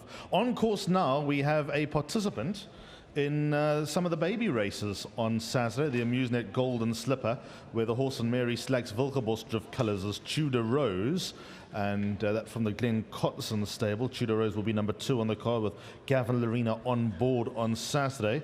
And then next to Tudor Rose, a horse called Roskilde, who of course runs in the Amoda Golden Horseshoe. Chad Little is on board, a recent winner at Hollywoodbets Scottsville. Brandon, in a name, which gallop caught your eye most this morning of those running next Saturday? Ali, I have to go with, I thought Wishlist was super impressive. I mean, you caught up with Andrew Fortune. He was also very happy. I think the key with Wishlist is the speed. Let's make no bones about it. Last time out, I thought Muzieni rode the race of his life. Just that last 25, 30 meters. Things develop, but I think the pace will be on in the July. Always, they tend to go decent fractions. Andrew's already mapped out that he'll be a lot closer, and I think that's the key. She'll quicken off of that. So I do think Wishlist was eye-catching today in saying that I thought Note to Self was also moving very nicely. I am still of the opinion that he'll be a better 4-year-old, and I can't wait to see him towards the end of the year for the Cape Summer season. But those are the 2 horses off the top of my head that I thought were impressive. And for you? Yeah, and I thought that Viva's Liberte also put up a fantastic gallop this morning. I actually thought the Joburg horses galloped really well. Star Major was impressive. I thought Olivia's Way was also really eye-catching, and Manog also put up a lovely gallop this morning as well. So those are horses to run with potentially on what you saw this morning. Everyone's got a different take on how to interpret the gallops. It's a subjective opinion. How much is going to develop over the next 10 days? Are you going to keep your cards close to your chest when the last big gallop is going to be? Right, we've got Tudor Rose and Roskilde in shot, but now there's double Grand Slam under Andrew Fortune. She is likely to start favourite in the Ridgemont Garden Province Stakes. Andrew Fortune whispered in our ears early on, I think this is the best she's been, Brandon. Best bets on the card, Ellie. I see they've opened up 12-10 around double Grand Slam. Obviously, Mon Petit Cherie, old sparring partners. They've been there, done that. They've met each other on a number of occasions. But I'm of the opinion that double Grand Slam is the best version of herself at the moment. Very unlucky in that sprint at Hollywoodbets Scottsville. I mean, she had to dive towards the inside. Deserved winner was Asia Pambili. But I've looked at the card. I spent a bit of time at the hotel studying, watching reruns. For punters out there, this for me is the best bet on the card. It will be a huge feat, and I'm not sure when last it was done, to win 3 grade 1s across the country. Of course, she did win a World Sports Bet in Cape Town Met Day when she took out the Mallorca Stakes. She won the Tab Empress Club in facile fashion up on the half-alter Turfentine. As you say, stiff in the South African filly sprint powered by the Witness. But she won the Ridgemont Garden Province 12 months ago. She could go into the history books as being the first horse in a long, long time to have won 3 grade 1s across the country. Here's her workout. She's made, there's no secret of the fact that she can work. There's no secret of the fact that she can run, Brandon. And what you see there, does that tick a lot more boxes? That enhance your confidence? Do we rush into the 12-10, make her even money now? Beautiful. At this point, Ellie, I'm very happy. I mean, we had a good look at her walking around the parade ring. I mean, she's dappled, she's glowing at the moment. She's got a week and a half to still get that last bit of preparation in. But Ellie, I've looked at the card closely, and I really believe that double Grand Slam's going to take a lot of beating. One man who's certainly got a good eye for a horse and who picks them on the way down to the start, Liberte, Neil Pretorius, has just come through with a message, and he was thoroughly impressed with I Salute You's gallop this morning. So for Neil fans out there, there's a little bit of food for thought. Here's Tudor Rose on the right and Roskilde on the left, going through the last 150 meters. Of course, both of them will be running on Saturday. Roskilde was a winner here not so long ago, and as for Tudor Rose, this will be her first sight of Hollywoodbets Greyville. So just putting up the handbrake a little bit over the closing stages and getting to know her way around the Theatre of Champions. So those are Glenn Cotson's gallopers this morning. Couple more to go. We did see 8 on 18 parading. There he is. Yeah, he's in the parade ring. He's a lovely horse. He's a beautiful horse, this. He's obviously a lot better than what we've been seeing of late. I haven't spoken to Justin as the plan. I probably imagine the 1800 at the end of the month. Is that a probability? I'm sure it is if he's still at Durban. But there's 8 on 18. He's about to go around. Let's get to Warren Linferner. Thanks, Ali and Brandon. Thank you very much indeed. We've got Nicholas Patel here with me, and he's an integral part of the Gareth Van Zyl outfit and does a lot of riding work, does a lot of work for them, race riding. And King Pals and you are good friends. You ride a lot of work on the horse. and an important part of the team, Nicholas. How's this horse feeling? He's feeling so well, Warren. I actually haven't felt him like this. I mean, if you know, I've done all his prep last year throughout the Gold Cup, the Gold Vase, and to me, he just feels even better than ever. The riding instructions, Dees and I were just having a little joke off air with you, and you're going to have to give Chad Schofield some riding instructions. Look, if it were up to me, ride him like he's the best horse in the race. Doesn't matter where he is. We know he sees out the trip. He can come from anywhere. I think he's in with a big shout, so just ride him confident. Nicholas, all the best to you, and well done here. Good gallop. Thank you very much. Here we go. That's Nicholas Patel, as I said, firmly part of the team, and just a likeable young man is Nicholas Patel. Okay, so we're just waiting for 8 on 18 to lift off. Thanks very much to Nicholas Patel. He was on King Pals. Ali, here he is. Obviously a lot better than what we're seeing of late. We'll see how this goes through his gallop over here, and we'll try and get word from Justin as to what the plan is with 8 on 18. But they say horses lose their form, but they don't lose their ability. And I think that's appropriate here. He was the harp horse this time last year. He is the reigning Equus Horse of the Year, as well as 8 on 18 for that unbelievable streak that he went on as a 3-year-old. Biliary struck, so his Cape Summer season was totally compromised. And I just think that this season, this 4-year-old campaign has just been back to front through no fault of anybody. Looking to get him back on track, finish the season with a bang. I think what you're going to see here is a long-term picture, Brandon. What you're going to see this morning, there's no cup final, there's no sort of point for him to go around and really blow off the steam. If you consider the 1800 Champions Cup at the end of July will be his main target, certainly for the rest of the season, and then play the Cape Summer season as the cards fall into place in the coming months. So what you're going to see here is probably going to be best interpreted as a parade, as almost a formation lap in Formula One terms, with him building over the next month and getting into the swing of things. And also when you consider that there is the old wives' tale, and it's not necessarily gospel, it doesn't necessarily go according to plan year in, year out, because occasionally those that run in the Hollywoodbets Durban July can kick on and win the Champions Cup at the end of the month. But the fresh legs angle going into the Weight for Age on Gold Cup Day is always a legitimate argument, and he will be one of those horses with fresh legs. Richard Fourie is on board, 8 on 18. He's galloping by himself. He's launched from the 1400, and he is stretching out nicely, but definitely just keeping a little bit in reserve as the next sort of 30 days or so build. He will not see him, sadly, on the 4th of July, but I'm sure we'll see him at the end of July. Yeah, I was happy with that, Ali. Be nice to get some feedback from Richard Fourie. If there's one man that knows a horse well, it's Richard.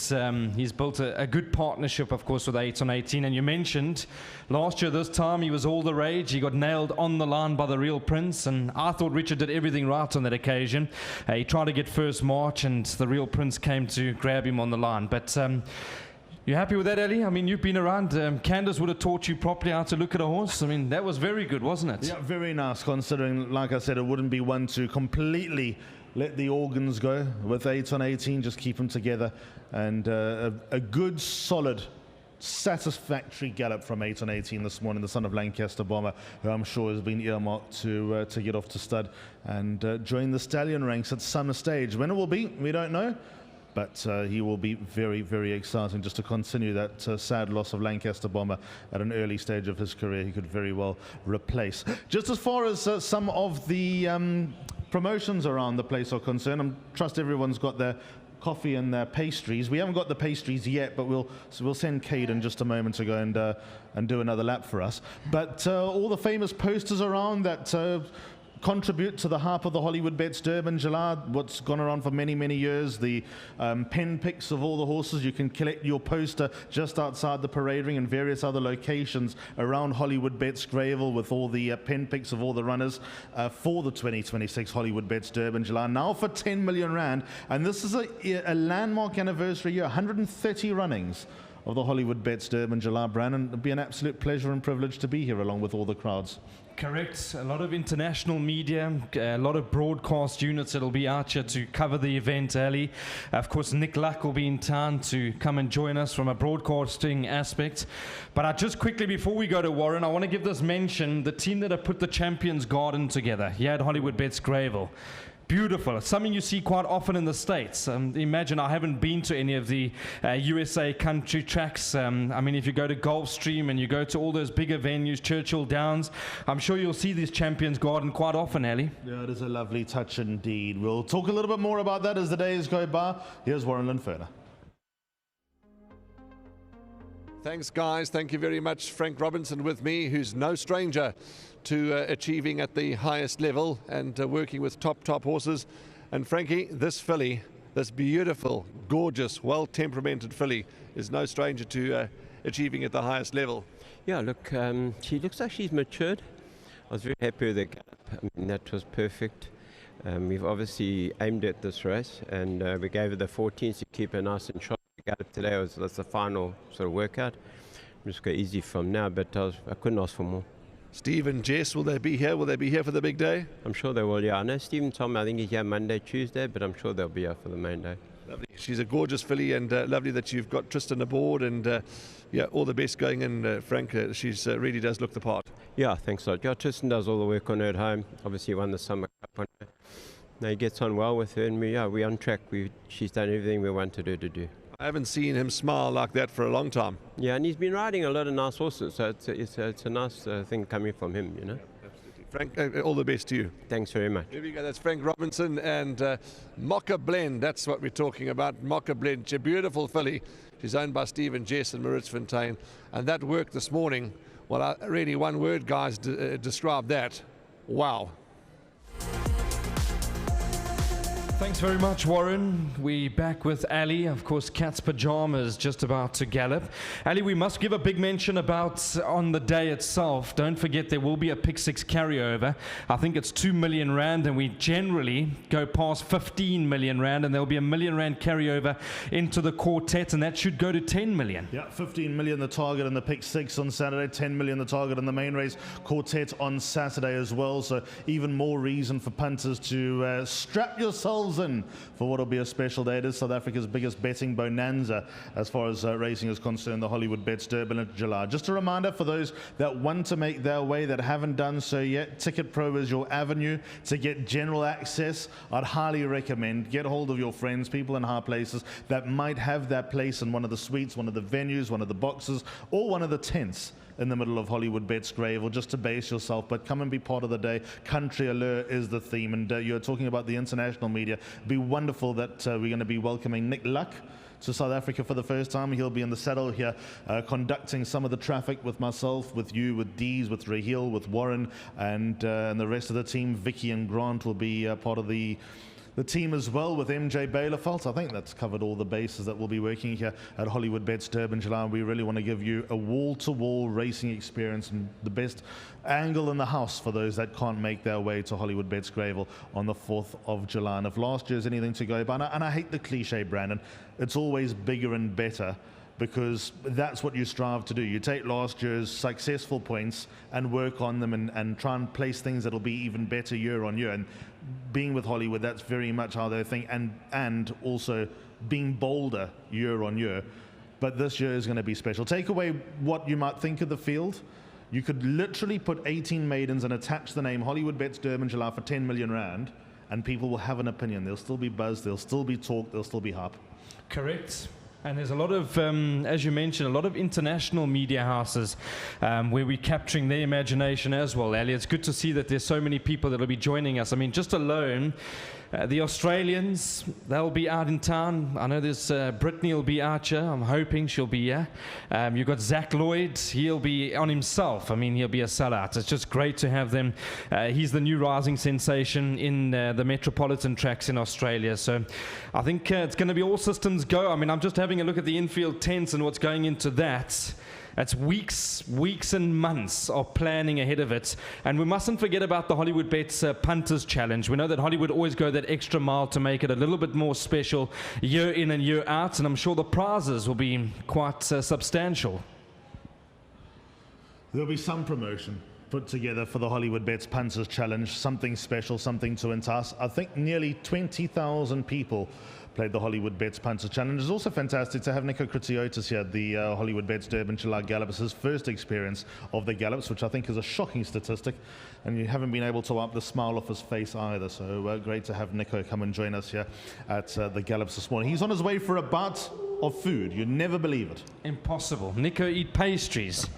There'll be none left. We really need to send our guys to go and get them. But anyway, jokes aside, Peter and Albert Staines, horses Red Spice and Pay the Palace are stepping out onto the track now as well. These will be the last gallopers. So Field Marshal, you would have seen just make his way down to his spot. He'll be galloping, Cat's Pajamas and Field Marshal. They'll be galloping from the 1200 meters mark. Cat's Pajamas under Dejon Low, Field Marshal under Andrew Fortune, and then the Stain runners, Red Spice and Pay the Palace. They'll be the last to see this morning. Just a little bit of feedback about these Kotson runners who will be on their way. Nathan Kotson has got Cat's Pajamas running in the 9th race. That'll be the Post Merchants, which is a grade 3. And it's the hottest grade 3 I've ever seen. Great race. Of course, we got the bomb sprinter, the crack sprinter coming from the Highveld. Highest rated horse on the land, Buffalo Storm Cody. Correct. Richard Farie's been booked to ride for Tony Peter. He's got to be the horse that they all need to beat there. Of course, Jet Force dropping in trip. 1200 meters, Grant van Niekerk coming for one ride on the day, all the way from Mauritius. That's going to be a real good race, that Al. And Dave the King in a sprint. Goodness knows what's going to happen there. We're having a look at Field Marshal at the moment. Andrew Fortune is on board with Saddlecloth 7. So he runs in the Grade 3 Magical Zulu Kingdom, the consolation race for the Hollywoodbets Durban July. And Field Marshal's always had a habit of punching above his weight. He won the World Sports Betting Sledgehammer before champion season officially got underway, but in April, and he was 5th behind Zites in the Cup trial here on Hollywoodbets Gold Challenge race day. Andrew Fortune, of course, will ride him on the big day, and Field Marshal ran 2nd in the Summer Cup consolation at Turfentine at the end of November. Is that some sort of gauge that he's a consolation runner-up? Could he back up that? He's a good-looking son of Lancaster Bomber. He's earned over 800,000 Rand in stakes, Brandon, and he's got to be a live chance next Saturday in the first leg with the PA. Correct. I think we need to mention Sid Chevet. They've also put a lot into the sport, so lovely that they got a few runners on the day. That will be, of course, next Saturday, the first Saturday of July. So this is Andrew Fortune on Field Marshal as he goes past the last 250 meters, just going through his paces, having a good look-see. Been here, done that, got the t-shirt, but I agree with you, Ali, he's got to have some sort of a squeak. I've had a look in terms of the pick 6 if you were playing, Al, just for the early players, and I know that a lot can happen over the next week, but where would your banker be? It has to be Double Grand Slam, doesn't it? She's the first name that comes to mind. Double Grand Slam. Her gallop this morning, I think, will just set her up and get her on track and get her sort of going in the right direction for next Saturday. So she's the first name that comes to mind. I don't think it's possible to comprehend a banker in the Hollywoodbets Durban unless you're super strong on a horse and you've been following someone for a while. Alice B. Toklas in the Golden Slipper, she gives me shades of Mrs. Geriatrics. We'll talk about her 3-year-old campaign when we get there. We'll cross that bridge when we get there. But Alice B. Toklas was absolutely brilliant when winning here on Gold Challenge race day. She really caught the eye. There's nothing to her. She is diminutive. That's why she gives me sort of glimpses of Mrs. Geriatrics, who was the boom 2-year-old of her generation. While we're at it, here's the runner of the Post Merchants from Nathan Kotson's yard. This is Cat's Pajamas, winner of the Hawaii Stakes at Turfentine in early April, turning over some big weight for age names in the form of One Eye on Vegas. Main Defender was in that race as well. He's stretching out beautifully. He'll come in good shape. Great gallop. Just the draw, that's my only concern. Never easy to be drawn out that deep, especially over that trip here at Hollywoodbets Greyville. But I think Nathan and the team will be very happy with what they've just seen from Cat's Pajamas. And then the last gallopers this morning will be Pete and Albert Staines runners. That's Pay the Palace with Richard Farie, and Richard's in the black cap because Keegan DeMello's in the standard colours on Red Spice. Warren Linferner is standing by with another interview. He's got Justin Snaith with him. Right, yeah, thanks very much, guys. Justin Snaith with us. and he holds a strong grip on the race. Let's go through them. I know you've had a busy morning and you still have a busy morning, but let's start off with regulations workout. Look, I thought it was very impressive. He was a little bit aggressive in the beginning, but then it went beautifully. He does have a breathing issue every now and again that I have to monitor. The good news is he sounded amazing, which is, if that all goes well, he's a big runner in this race, purely on the handicapping. 52 kilos and the 2 draws is so lucky for him. You know, a lot of us come here to Natal and we take on those races which are tough. The Greyville 1900 Cup Trial, they've all become pointers into the Hollywoodbets Durban July.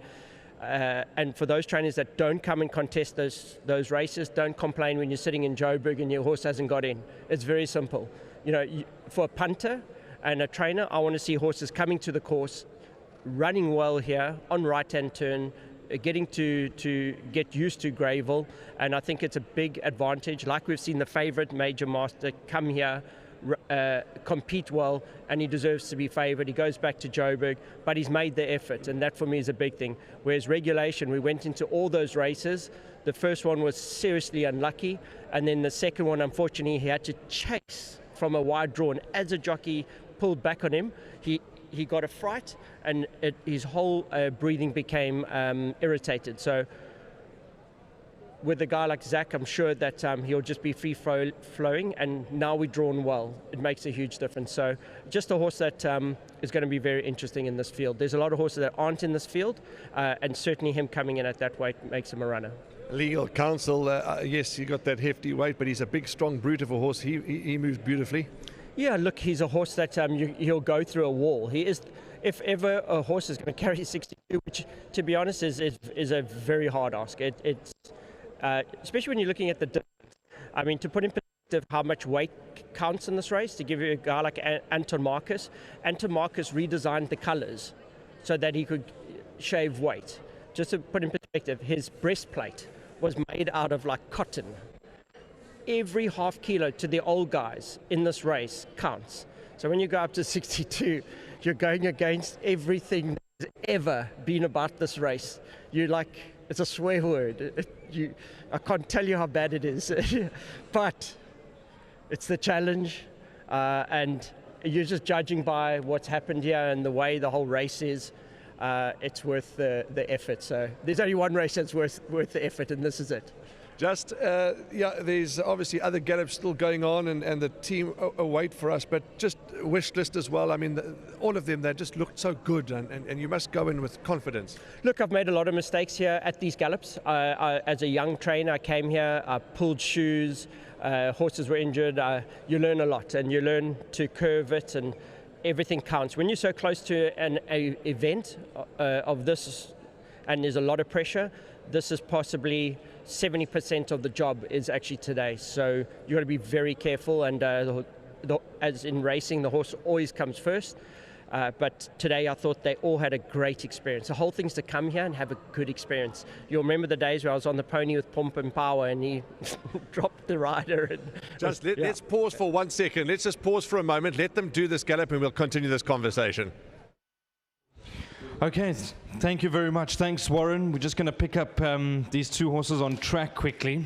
Of course, lovely to have Pitt and Albert staying with a few horses out here in KwaZulu-Natal. I see Albert is here. Red Spice, Pay the Palace. Two very nice horses. I thought Red Spice is a massive runner on the day. There was a very good run from him last time from the draw. Keegan DeMello on Red Spice and Richard Fourie on Pay the Palace. As they go up towards the last 100 meters, nearest to us is Red Spice with Keegan DeMello with the red cap, and on the far side is Pay the Palace. That's Richard Fourie with the black cap. All right, so impressive, very nice gallop from these two horses, and welcome to KwaZulu-Natal, Pitt and Albert Steyn. Of course, those silks of Makunkujela. Let's go back to Warren. Still got Justin Snaith with him. Back to you, Warren. Yolise is in love with your cap. Oh, they're nice. It's corduroy. Yeah. Yeah, the mark, let's go.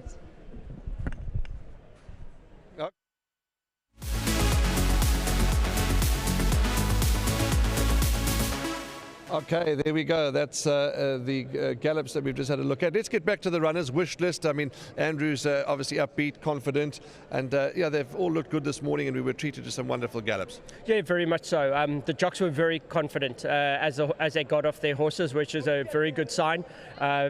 But it's going to be very common. So Wishlist, good gallop. Native Ruler is in such a good space. But as you'll watch, he's just running with his head a little bit to the side. He did it in the race last time. I just want to make sure that there's nothing niggling, like maybe something in his mouth, like a sore tooth or something.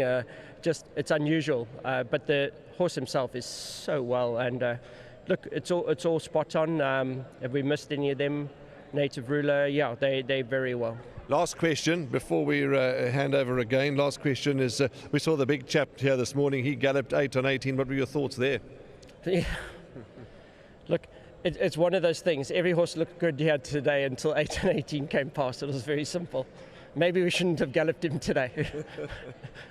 He's that horse. Yeah, he's that horse. Justin, lovely chatting to you. I know you've got a lot of gallops still up at Summerveld. Thanks for your time, and all the best to you and all your patrons for the big one. Absolutely. To Hollywoodbets and everybody concerned that put on a show today, certainly it's just every year you arrive and it's just getting better and better. So to all the effort, I see how everyone's running around Manog. There's a joint team now, and unbelievable to see the change. Lovely. Great, thank you. There we go, trainer Justin Snaith, and lovely to get all his feedback. He's got a lot of runners. It took us a bit of time, but he has got a lot of runners, has Justin, and well, 8 on 18, he just blushed and he smiled from ear to ear. So that tells a story on how well 8 on 18 is. But that's it from me here, and that's Justin Snaith. We thank him and thank all the trainers and jockeys for their contribution. It's been a wonderful morning, and we go back to the team.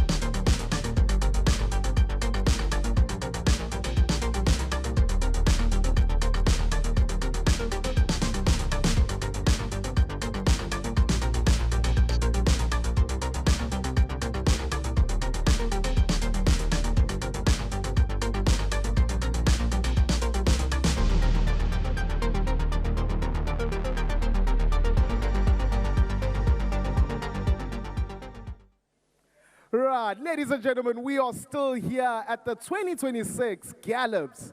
Now, my name is Tabani Mhlongo. Ladies and gentlemen, I am here to tell you about the KZN Champion Season. The KZN Champion Season continues to set the standard high in South African horse racing. Up next, Africa's greatest horse racing and social event, the Hollywoodbets Durban July. The 130th running of this iconic race meeting is set to take place here at Hollywoodbets Greyville Racecourse on Saturday, the 4th of July, 2026, in what is going to be a show-stopping celebration of big city charm and rustic charm. The excitement never ends off the track. The champion season boasts a terrific 2.5 million rand in cash and prizes. This includes 2 brand new Volkswagen Polo Vivos, as well as a top-of-the-range Volkswagen Tiguan. To enter, punters need to place a bet of 50 rand or more on any horse race. Now, ladies and gentlemen, that is exactly what our first winner did when he placed a bet on a horse race at Fairview Racecourse on the 5th of June. Due to his horse racing savvy and lucky charm, ladies and gentlemen, we are proud to announce that the winner of the first Volkswagen Polo Vivo, Del No!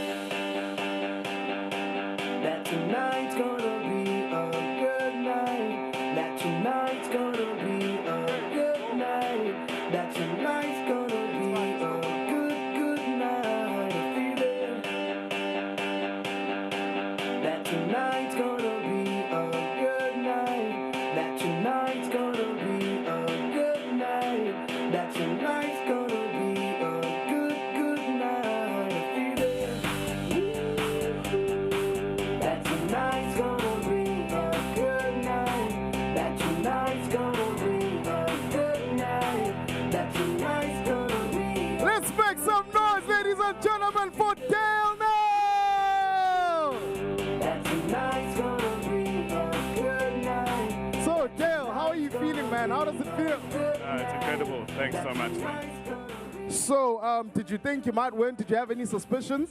I didn't actually. I was phoning the whole Hollywood the whole week, trying to find out what I've won. I couldn't sleep at night, but now I know why they kept it a secret. You placed your winning bet, I believe it was the Fairview race, hey, on the 5th of June. What did you place your bets on? Hey, I can't remember, bro. I must have had 100 bets on that day. Lovely stuff, lovely stuff. Well, you have won yourself a brand new Polo Vivo.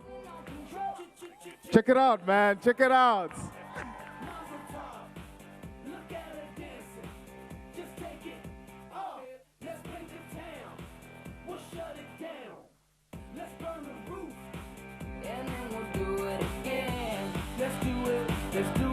Okay, let's open it up, yeah.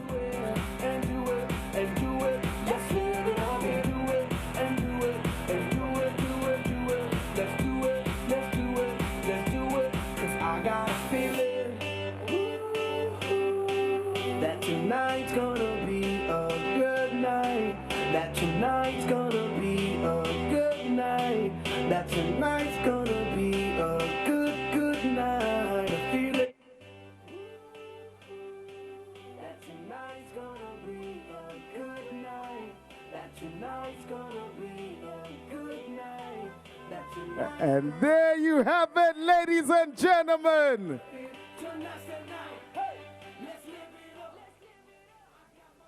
Now, ladies and gentlemen, this could be you.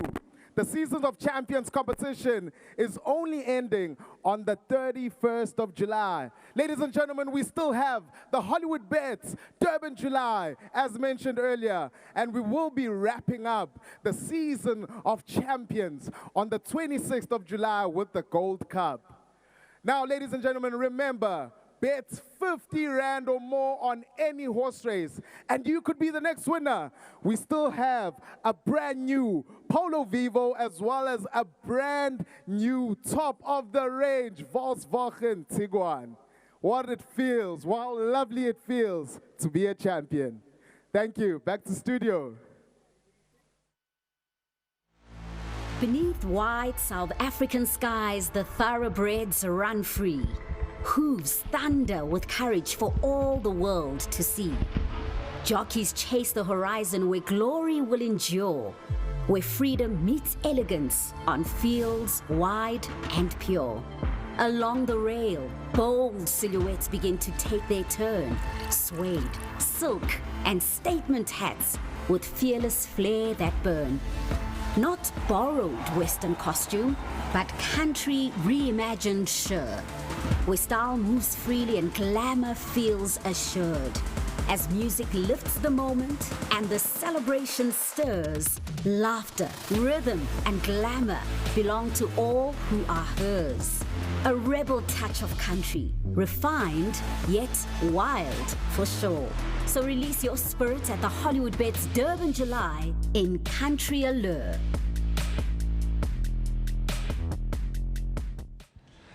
Okay, Brandon, it's been a great morning thus far, and we've seen some magnificent horse flesh and some horses working well, and great. How was it your first time? I mean, at the Gallops working and being here at Hollywoodbets Greyville, it was great. Absolutely loved it. In fact, I won't miss another year.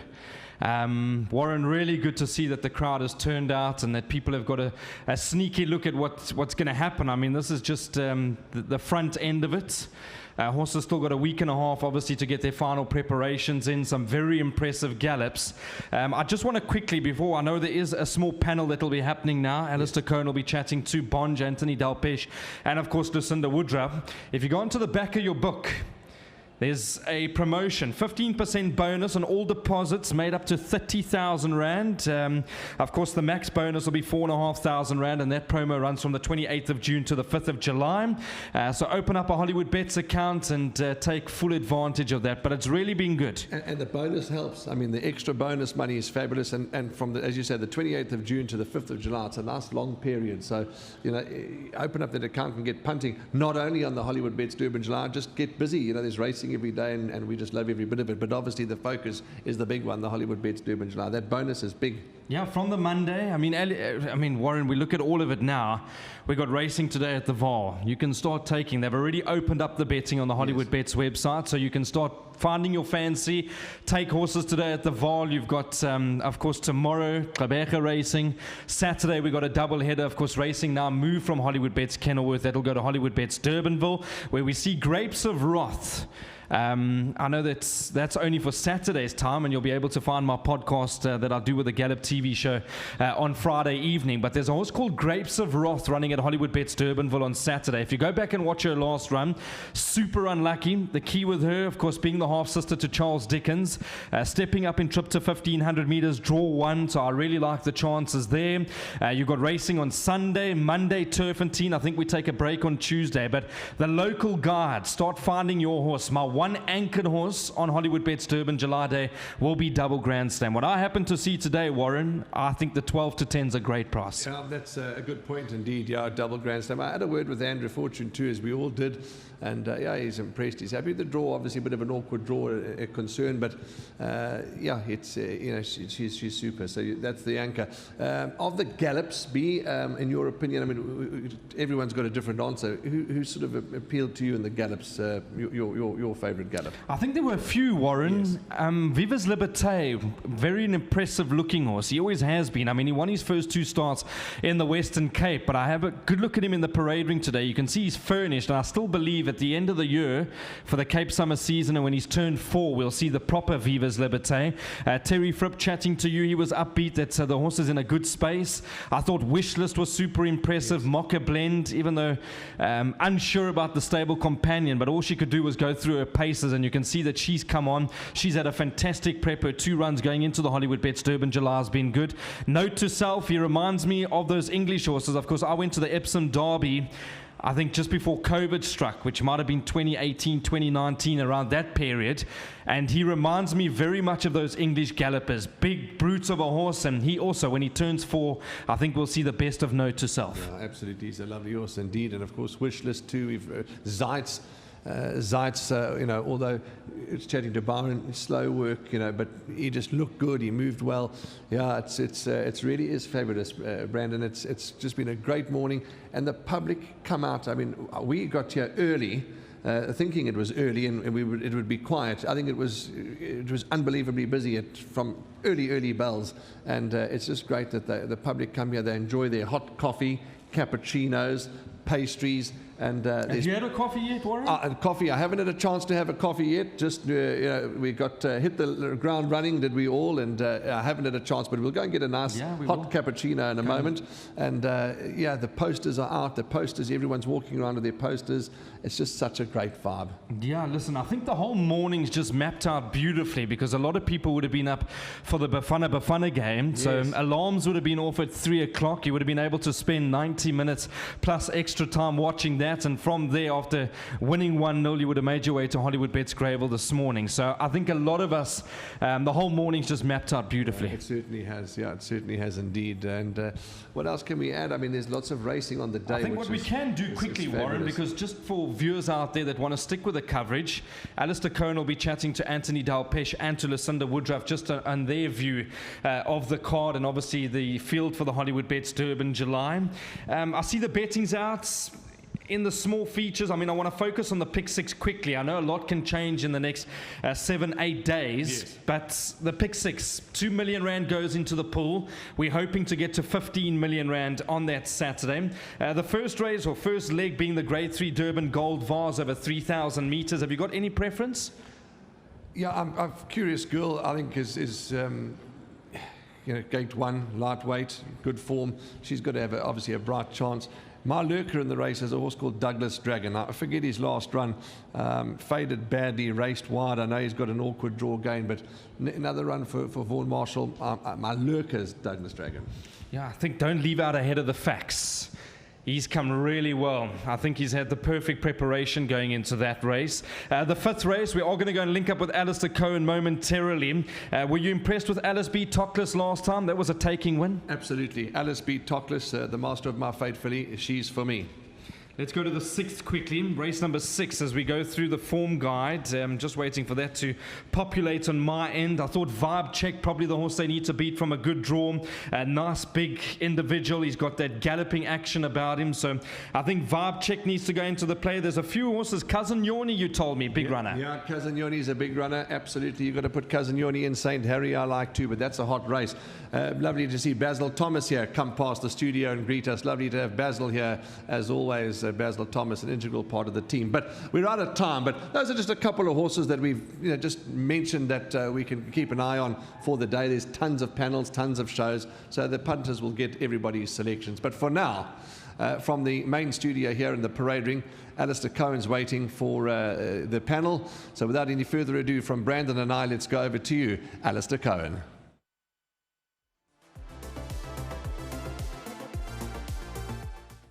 Thanks very much indeed, Warren and Brandon. Very good morning. And as Warren said, this is where all the panel discussions start. There's so many different places, so many different faces will be appearing, discussing Africa's greatest horse race for the next 9 days. But this is the ball rolling. This is the first opinion that you'll get in an official form for the Hollywoodbets Durban July on the back of the gallops that we've just seen for the 130th running of Africa's greatest horse race. For a gross stake this year of 10 million rand. The class of 2026 has been revealed. We've seen them go through their paces, and yet another milestone is ticked, yet another tick in the box as we make our way here to Hollywoodbets Greyville on the 4th of July. Once again, for those that haven't booked their place yet, Ticket Pro is where you'll get your tickets. Come and join us, come and be part of the magic, come and be part of the action. Country Allure is the theme this year. And if you are in Durban right now and you're just thinking of potentially showing your face, perhaps getting a poster, getting a book, getting a card, getting a pen,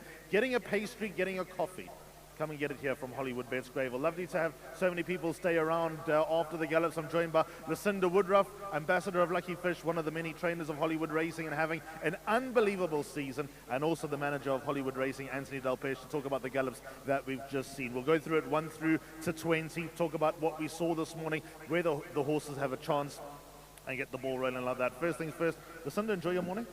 Lovely morning as always by Hollywoodbets. I thought the horses put up some wonderful gallops today. A couple of jockeys kept a bit in hand, didn't expose too much, but there were some standouts. Anthony, of all the gallops that you've ridden all the years of Hollywoodbets Durban July winners and Hollywoodbets Durban July losers, how important is the gallops? What is the way that you've gone around and learned from the gallops over the years? Are you one of those guys that's enjoyed a horse that shows a lot this morning, keeps a little bit in hand? Is it individual based? What do you look for the gallops? Well, I'd prefer a horse that doesn't show too much in the morning and obviously saves himself for the races. In the past, when I've galloped, I've saved it for the races, and I think this is obviously we need to show the horses here, and this is like their last piece of work. They're almost spot on for the race, so you don't really want to overdo it. All right, let's go through it 1 through to 20. We'll kick off with Isivivane for Hollywood Racing. Peter Muscat and Sean Veal team up. Draw 1 with 52 kilos. All of that sounds really promising, Ant. First of all, what do you think of draw 1 for Isivivane? Good thing or bad thing? Well, I think it's a good thing. He's a horse got a lot of speed, and I think if anything, he's going to be just behind this pace. So I'm very happy with the draw. And his gallop this morning, what did you think? I thought he galloped really, really well, and Sean really let him go a little bit at the end, and he stretched very well. And his only problem is his temperament. He has got a temperament problem, and on the day with the big crowd, that's my only concern. Lucinda, on what you saw this morning from the son of Erupt, if he were yours, how would you feel going into the Hollywoodbets Durban July? Oh, I'd be delighted. If you look at Sean's body language, he doesn't really move on the horse, but the sectionals of his 400 to finish were probably one of the best on the day. I thought it was one of the better gallops I'd seen this morning. He, of course, won the World Sports Betting 1900 last time out when turning over regulation. Sean Veal is on board for Hollywood Racing, and Peter Muscat is the trainer of Isivivane. I don't want to be looking for spooks, Lucinda. Galloping in a straight line, all good, no awkward head carriage, no tilt. Are those all boxes to be ticked? Absolutely. You want to see a horse's body language, which for me is my biggest indicator of their well-being. There were a couple of horses today which I thought could have been, I put a bit of a question mark next to because I didn't quite enjoy the way that they had their head or the way that they threw their front legs out. But a horse like Isivivane, I thought I'd be delighted with that. Let's go on to number 2 on the card, Regulation. Contentious place, maybe. Zach Lloyd takes the ride, and the fact that he was always just on the outside of the log, but he's still shortened in the market, I think was a mark of discussion. Justin Snaith, of course, trains for Greg and Gina Boards. Lucinda, we'll kick off with you. Again, if you look at weight turnarounds from the Cape Summer season, you look at weight turnarounds from the World Sports Betting 1900, this horse has to be under consideration, but this gallop, what do you make of it? If you look at collateral form with Isivivane, they should technically run right next to each other in the July, draw 1, draw 2. I did like Isivivane's gallop a little bit more than Regulation, but I think Tristan took him. He didn't ask too much of him. His ears were pricked. You can't be unhappy with that, but he didn't give too much away. From a horsewoman's point of view, Lucinda, he is a horse that was known to have breathing problems, which have been ironed out. But just the fact that he's known to be a little bit of a deep breather, would that perhaps be the reason why he was not asked to show much, that maybe he didn't go out there showing much? Do you think that's the nature of the beast? Do you think that could be part of the game plan? Yeah, it also, I know Justin doesn't usually put his horses under too much, doesn't do too much with them at the Gallops. He's that sort of trainer. He keeps a lot in hand for the big days, so I think that's also got to do with it. Anthony, where do you stand on Regulation? First and foremost, this morning, how did he strike you?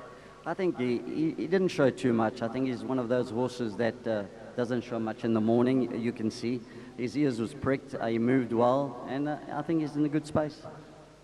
Where do you see him running? Winning chance, place chance, outside chance, midfield? Where do you put him? Well, I think you've got to put a line through his last run. You go back to his form. Before that, his form is really, really strong. I think this horse is not out of it. Zach Lloyd, can he step up on Jeff? I mean, all he has to do is run second to be better than Jeff. Well, he just has to improve on Jeff, that's all. What is your report card on Zach, on what you've seen? I know that you've just been at Royal Ascot and he rode a winner there. Really impressive youngster, isn't he? Yeah, I think he's a top rider. He's following his father's footstep. I think he's one of the jockeys you're going to hear a lot about, and he's world class. Let's go on to number 3, the Ultimate King. Tony Peter trains Cabello Mazzaniani. Won this race with Winchester Mansion just a few years ago, 3 years ago, for Brett Crawford. This in the colours of Suzette Fillion, pulled a very promising draw in gate number 3. Now, he hasn't won in roughly 8 months, but I wouldn't read too much into that stat. But how does he fit in here? And on the World Sports Betting 1900 run behind Isivivane, again should be there and thereabouts. Here's his gallop. When I spoke to Tony Peter yesterday, this gallop, of course, was on Tuesday morning, was over 1,800 meters of turf. Very satisfied with the blowout that he's had. Where does he stand? Yeah, he had quite a hard gallop. I think this was part of his preparation, obviously, because he really had a tough gallop. He's a horse that hasn't won for a while, so he's always finished just behind him. Is he good enough? That's a question mark. Lucinda, 1,800 meter gallop, 10 days before the Hollywoodbets Durban July. He completely left the companion standing in his wake. That we probably won't read too much into. But in the way that he's stretching on the long run in the Turfentine from altitude, where does he place in your pecking order? This horse, the biggest thing that worried me is his temperament. I remember watching Rachel on him a couple of months back. I think it was his last win, actually.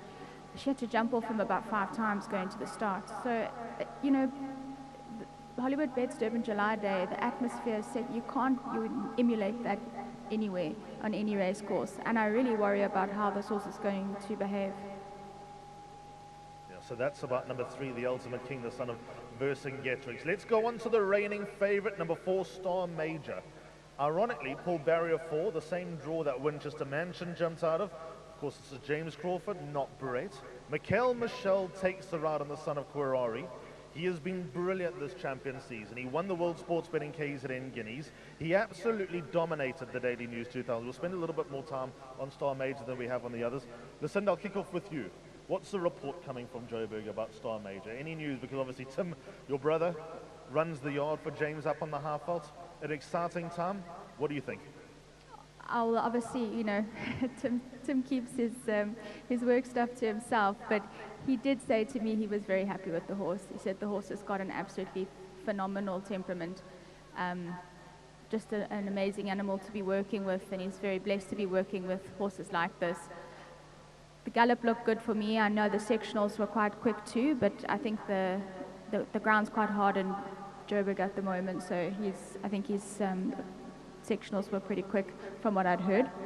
And the 3 trips down from Johannesburg, obviously Brett did it with Winchester Mansion. Oriental Charm, I think, had a similar prep. In fact, he definitely had a similar prep. What would be your biggest worry with Star Major? If you know, he's at the top of the boards, he'll be a popular choice. Mikhail Michelle looking to be the first female jockey to win the Hollywoodbets Durban July. Her story in South Africa has been absolutely sensational. But what will undo Star Major, if anything does? Spot on, Ali. I would think the same thing, 3 trips down to Durban as a 3-year-old. But then again, Brett's done it twice, you know, and the first time he did it, we all think, wow, I mean, I've never heard of that before. Then he came and did it again. So does it play a part? I think it depends on the animal, definitely, and this horse has got a fantastic temperament. It's a proper animal, so I don't think it would be to his detriment. At the end of this discussion, I will ask Anthony and Lucinda for their 1, 2, 3, 4. Ant, what about his style of running in the Hollywoodbets Durban July? No one's doing you a favor. Draw 4 from what is likely to be the second half of the field. Does that worry you at all? I think Mikhail is going to find out a bit of a rough riding there. It is going to be very rough from where she is, but I think she shouldn't change the style of riding this horse. This horse has shown he is a better horse being dropped out.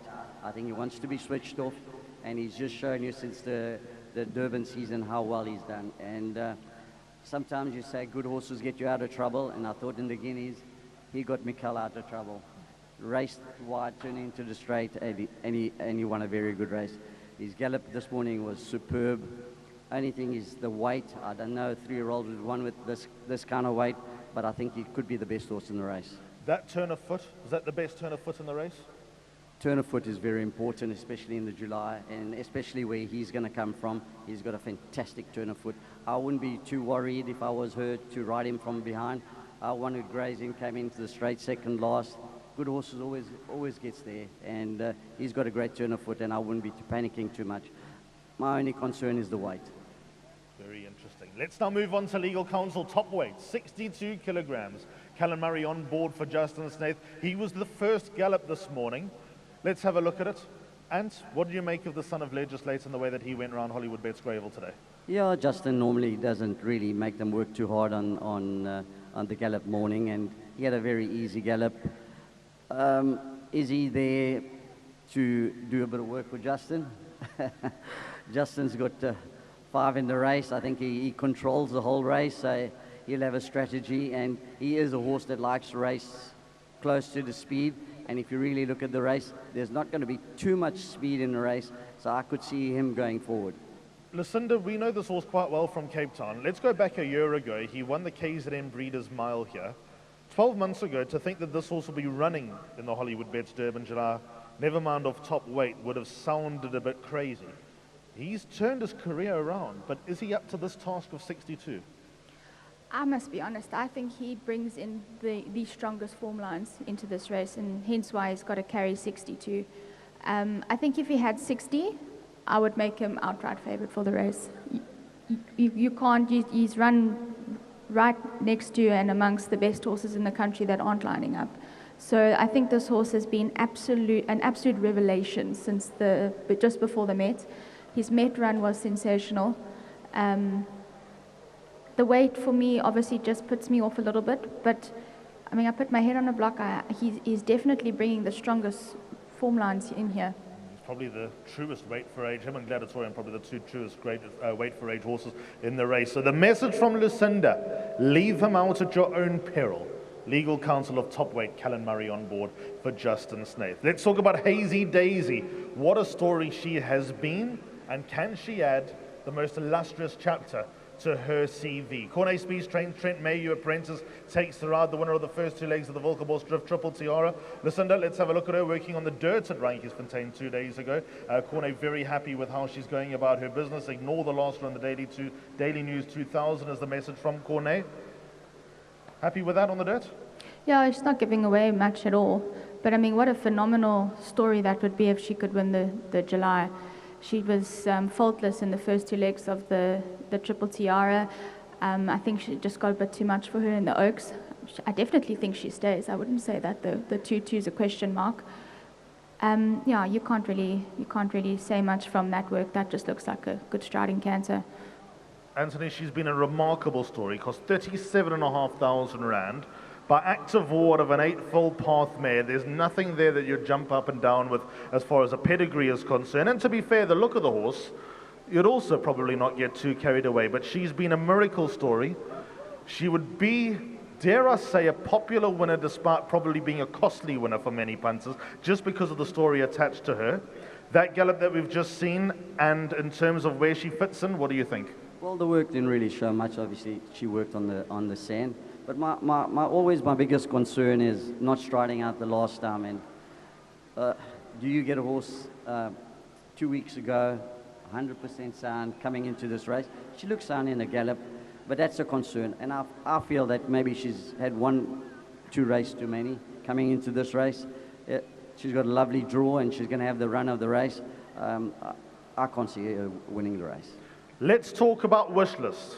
Andrew Fortune, in typical Andrew Fortune style, is very confident. Her gallop this morning was probably one of the most pleasing ones, but we'll find out from Anthony and Lucinda exactly what they thought. She is already a Grade 1 winner, in fact a 2-time Grade 1 winner, having won the Paddock Stakes, the Cartier Paddock Stakes, as well as the Lucky Fish Cape Derby, and then here she's been brilliant during champion season. Can she complete 5 wins on the bounce? Anthony, this gallop, out of 10, mark out of 10. Very good gallop. This was obviously, she was made to do a bit of work at the end, and Andrew looked very happy with the gallop. My biggest concern with her, she needs a pace. I mean, her last win, she just a pure ability got her to win the race. Muzi rode a fantastic race and set the pace, and they cantered and they sprint, and she did well to get up to win. I think she needs the pace, and I think the track's a little bit of a tight track for her. She would prefer a bit of a longer track. And that's my only concern about her. She's a top-class filly. Winning chance, just an inclusion, or an unlucky loser? Where do you stand on her? She's not the horse for me to win. I can't see her winning. I don't think the track is a favourite track, and obviously the pace is my biggest concern for her. If the pace is hard, then she'll definitely have a big chance, but it's not for me to win. Lou, you're one of the many people that are cursed with Andrew Fortune in the morning. He probably hasn't stopped all champion season about his opinion on Wishlist and the Hollywoodbets Durban July. What did the tea leaves say about Wishlist, and what did you think of her this morning? I actually really like her for the July. I think because she's got a bit of a better draw this time, 100% what Ant said with the pace, I think that's going to be the telling with her in this race. But she's going to see out the 2-2, and I think I loved her in when we did the panel for the Lucky Fish Derby, and she came and she mowed the boy. She gave them a galloping lesson, and I think here we line up in the July, and the Derby is always a very good tell to the July later on in the year, and we're sitting with a filly that won the Derby. I really like her, and I think that if Andrew can get her in a good enough position and there's a pace, I think she could be one of the ones to beat. Are you going to say a prayer for those drawn near Andrew? Well, that's the thing. I would not want to be drawn near Andrew in this race. The last race, he was actually quite lucky to win it. It was a bit hairy, scary. Yeah, I think people are not going to want to be near him coming out those gates. Unbeaten at Hollywoodbets Greyville is Wishlist. A popular choice for many.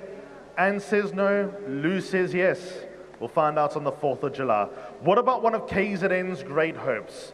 Gladatoran. Muziani takes the ride on this iron horse by Vercingetorix. Hated Cape Town. He was actually in your yard, Lucinda, during the Cape Summer season. He wasn't himself. He grows an extra leg at home. What's your report card on Gladatoran? Oh, I've just seen him in the morning. He's a different horse in KZN as he was to Cape Town. He didn't enjoy it at all. I do have a little bit of a question mark of the 2-2 with him. I think he's a phenomenal miler. But Stewie seems to think he'll stay, and it would be wonderful if he wins. This gallop, Lucinda, ticking a lot of boxes? He works the house down all the time. He's the most wonderful horse to train. He's an iron horse. He looks great. He's in a great space. They didn't ask too much of him either, but yeah, I would have been happy with that. Muzieni spoke to Dees Diana this morning after this gallop, and his report was he felt like a 3-year-old. Still got the zest for life, which I think he showed here. Lucinda commenting that he always works the house down. That was an encouraging gallop. There is a stamina question mark. What do you think of him, Ant? Yeah, since he's come back to KZN, his last 2 runs, he's had 2 great prep and 2 very good runs. The biggest question mark has got to be, does he get the trip? And for me, I don't think he really gets the trip. He's a horse that's going to finish most probably just behind the top 4. He's a soldier. He's a real soldier and deserves his place. With a big weight, it's going to be very hard for him. I think that he is nailed on top 4, Gladatoran. Can I see him winning? Yeah, with a bit of luck. But for your quartets, where they're saying 10 million rand is the target on the tote, put him in. Make sure he doesn't run loose as far as your top 4 selections are concerned. Number 9 on the card, Viva's Liberte. Craig Zaki won this race last year for Kaya Stables. Viva's Liberte is trained by Candice Bass. And there are a few Shrudies that are saying on the Daily News 2000 run, at the weights, here's the lurker in the race. Here's his gallop. It was a neat gallop. For me, one of the more eye-catching gallops. But he is going to be so pace-dependent because he's likely to be the one in front. But if he's in front, are they going fast enough? Well, that's going to be. He could get the run of the race, and he is a bit of an aggressive horse. And the way the race looks, he could be the horse in front. But being left alone in front could be very dangerous. This is the dark horse of the race. This is my outsider. Outside, there we go. The outsider for Anthony Delpeche is number 9, Viva's Liberte. Lou, I can't shake off the opinion that 6 months from now, this is going to be a serious racehorse. When we get to Cape Town for the Lombard Kings Plate World Sports Betting Cape Town Met, and probably even champion season this time next year, Viva's Liberte, and note to self who we'll get to, could well be the dominant 4-year-olds going forward. Is he ready yet? Are you on Anthony's page that this is the dark horse of the race? Is he ready yet? That's the big question. He could be. I definitely agree with Ant in that. I may be mistaken, but I don't think the original plan was to come to Durban with this horse, but he kind of threw his hand up after the Legal Eagle as at the mile. I know he was on a float, we had horses on the same float as him straight after that race, and he suddenly popped up in the morning and said, I'm going to Durban. Yeah, he's popped up big time, and definitely at the weights, and that's going to be the telling point in the July this year. I mean, you know, the change of the race conditions, and it's a proper handicap now. I think that's a good point. And does that make you think a little bit differently going into this year's race? The fact that we got a spread from 62 down to 52, is the thinking different, or do you still stick to your fundamentals of trying to find winners and work it all out? Well, I think the conditions gives a lot of horses that shouldn't have had a chance in this race a chance now. I mean, if you go to Isivivane, realistically, he doesn't really have a good chance compared to a lot of the top horses. But coming in with that weight, and the manner which he won last time, and the way he's going at the moment, he's got a chance. He's really got a chance in the race. And I'm not being biased because he's Hollywood's racing's horse, but he's definitely got a chance because of the handicap. Yep, that is another spanner in the works. I think that it just adds to the allure, the talk, the hype, and all the various opinions that are out there for the Hollywoodbets Durban July. The winner of the Lucky Fish Winter Stakes, number 10, Native Ruler, ran 6th in this race last year. There are only 2 survivors from 2025. They were Gladatoran and Native Ruler. Keegan DeMello, on his return from Hong Kong, has been sweeping all before him. Justin Snaith trains. And I'll kick off with you. Is beating Imelenze Yokududuma over 1.5 miles good enough to suddenly win the July? The only problem, he always tends to hang in. And even last time, he won with a bit in hand last time. And even in his gallop today, he had his head sideways and he wanting to lay in. My only concern is he's coming with too much weight. I think if this horse came in with 53.5, he'll be a serious runner. I just think that 58.5 is going to be tough for him, but he's a horse that's going to be in the money. Listen to that head carriage, a little worry. Again, are we looking for spooks? Were you happy enough with that? Is that the nature of the beast? What do you make of what we're seeing here?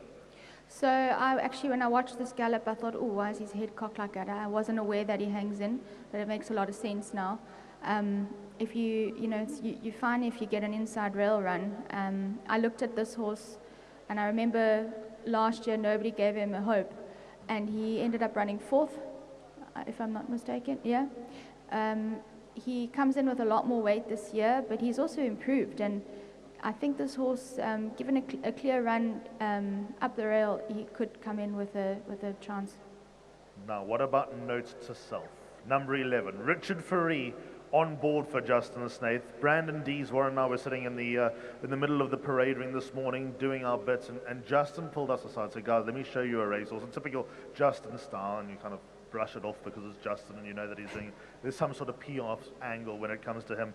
But to be fair, note to self looks like he's developing and now starting to fill out and become the horse that they hope he is. Lucinda, what do you think of this? Look, the horse has an incredible action, and I can see why Justin booms it all the time. But it's been boomed since October last year. He's yet to show up on a big day. That's my worry with him. I think he's a beautiful animal and a lovely horse. But he's yet to show up when they keep saying he's going to.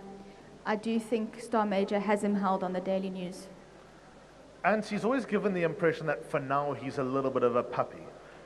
But the turnaround since the Daily News 2000 into what we saw this morning, there's definitely a step up as far as the frame of the horse is concerned.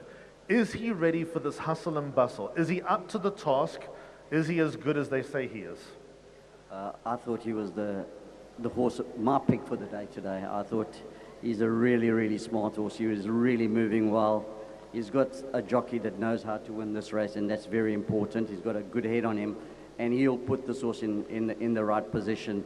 He's 2 kgs better off than Star Major. He's got a lot going for him.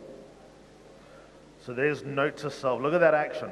Spot on. The son of Futura. Of course, Futura was stiff in a couple of Hollywoodbets Durban July. He's thrown his name right up there as far as the Stallions of South Africa is concerned. He's definitely gone up and been promoted a few rungs on the ladder as Futura. Could his progeny win Africa's greatest horse race? Well, there's no doubt about the Vercingetorix progeny. Number 12 on the card is Zites, a late supplementary entry into the Hollywoodbets Durban July for Platinum Racing. Andre Nell and Sereno Moodley team up. He won the Cup trial last time out, and he won it in workmanlike good fashion, and he loves it around this course, does Zites. And so I'll kick off with you. I'll confess, he's masked Rudy. He looked very well this morning. He galloped really, really good, and my only concern is obviously first time over the strip. Does he get the trip? Serena's pretty confident that he'll get the trip, but he looked in good shape today, and he's the kind of horse that could finish into the money. Lucinda, will he get the trip? That's the big question. I mean, this Gallop, I suppose he was one of those that kept his cards close to his chest without really going to town and demonstrating everything this morning. Not that he looked terrible in any stretch. He actually looked fantastic. But the stamina, will it kick in? Will he reach the extra trip? Yeah, that was my only worry with him. You know, I think he usually is ridden quite conservatively. It would be the first time he's ever trying the trip, of course. But out of a Redoutes mare, that cross is phenomenal. That's the question. I'm a little bit worried about him getting the trip. I thought maybe the 1800 was his max, but yeah. Prep coming into this race, is she good enough to win it? I'm not too sure. She's got a weight of 56.5, which I think there's nothing wrong with the weight. She's proven that she's won the Summer Cup, so she deserves to carry the weight. I think she's had a very good prep, and she looked very good this morning. Lucinda, is this the best prep in the race? Hands down. This filly ticks all the boxes for me. I really, really like her coming into this race. From a trainer's perspective, you've just won the Betway Summer Cup, and there is a school of thought that to do 3 different provinces does take a lot out of them. But the temptation of Frank, considering the few months that he's had, and the fact that he's resisted to run her until early May on the back of winning a Grand One, so 6 months off, with the ultimate focus being the Hollywoodbets Durban July. Do you think that took a lot of resistance, a lot of patience? Yeah, definitely. But Frank's, and you know, he's got so much experience in horse racing, and he knows what he's doing. I just love she's an ideal world out of the Silvano mare. I love everything about her for the July this year. I think that Frank's done a phenomenal job, and I think she's had a very similar prep to last year's winner. 1400, I think he started off in a 1400, a mile, sorry, and then a 1400, and just sat on her. had she gone for another race and run up there, she would have carried a lot more weight. So, yeah, this is definitely one of my outside picks for the race. Number 14 on the card is I Salute You. Mark du Plessis makes his way to South Africa. Peter Muscat is the trainer of the son of Socrat. Lucinda, I'll kick off with you. Neil Pretoria sent me a message through the course of the morning saying he thought that this was one of the gallops of the morning. How does he show up for you? He's a lovely horse. He's also very imposing, got a huge action on him. I actually am stabled with Peter Muscat at Summerveld, so I see him most mornings. He's a lovely animal. His form lines coming into this race as well, he's on collateral form and at the weights. He's one of the best horses coming into this race.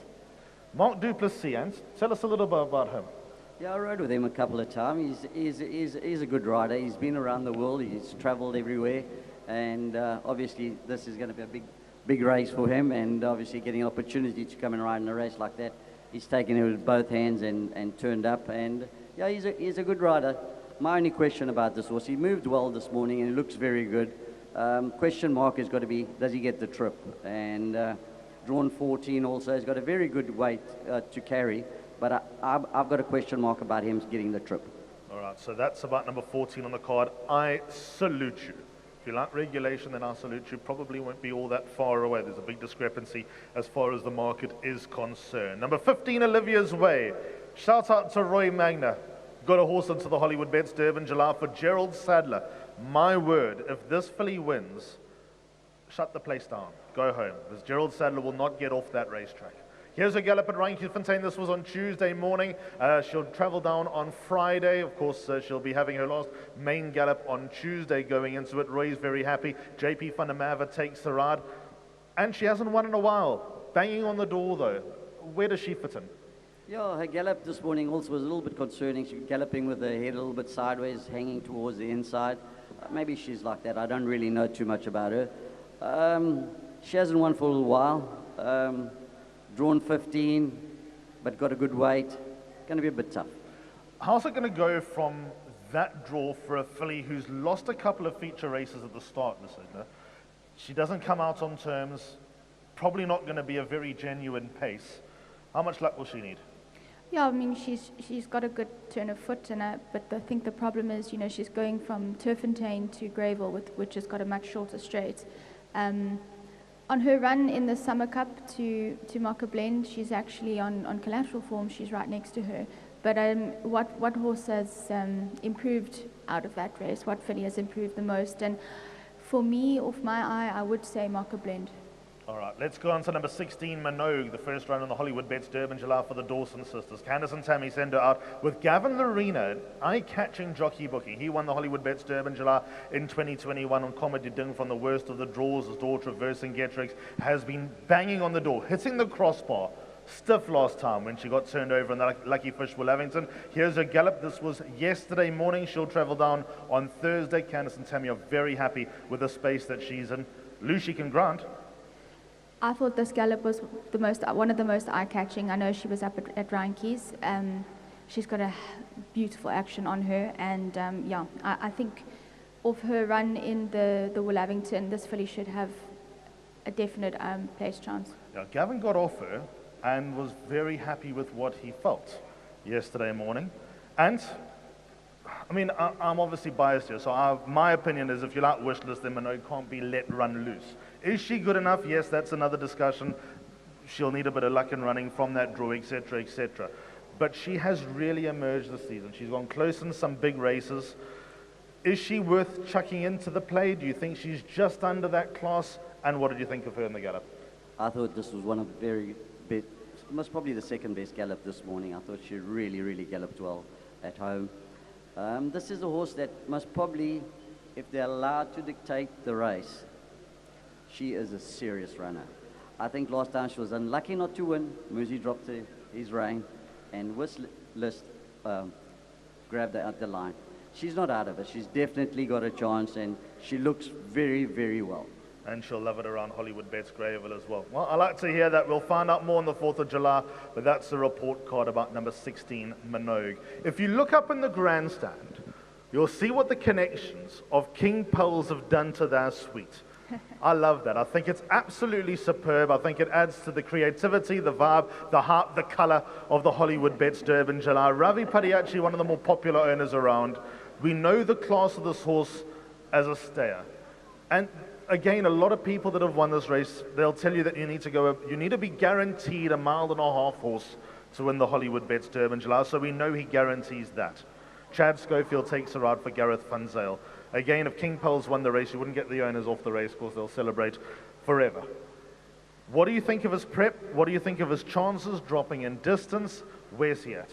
His gallop was very good this morning. I think he moved very well. I think his horse has had a very good preparation coming into the race. Is the trip a little bit too short for him? That's a question mark. But saying that, this is a very good horse. I think he's had a superb preparation coming into this race, and he's not out of it. He's got a bit of a big weight, which is a little bit of a concern. That's why this July is a bit tough to pick a winner because of the weight. That's my only concern, the 59 on his back. A superb preparation indeed, but also a diverse preparation. I love everything about his preparation, and I think Ant just hit the nail on the head. Everything about this horse's preparation coming into this race is fantastic. I think he's got a little bit too much weight on his back. But in saying that, he's definitely got a turn of foot needed to win the Hollywoodbets Durban July. And he showed that turn of foot. I'll refer you to a replay if you want to go and dig deep. Go to the 12th of October, Hollywoodbets Greyville in a 1200 went 5th behind I Am Giant. King Pearl's even ran in a 1200. Never mind ran 5th, he ran in a 1200. Go watch that turn of foot. Just keep that in the back of your mind. That's what this horse is capable of. On to number 18, Aladdin's Lamp. For Mike and Matthew de Kock, Calvin Habib takes the ride, got the deepest draw. Chatted to Matt yesterday. The gallop that we're going to have a look at was on Tuesday. In fact, he's galloping at Turfentine as we speak, just having a good blowout on the grass. He will travel down on Friday. Matt's words to me were, he's gone from arriving at the yard and not being able to beat my worst maiden to now beating everything. That's how this horse has turned around. Now, I must confess, if this was trained by anyone else, I'd say not in the race. But we have got the de Kock factor here, Lucinda.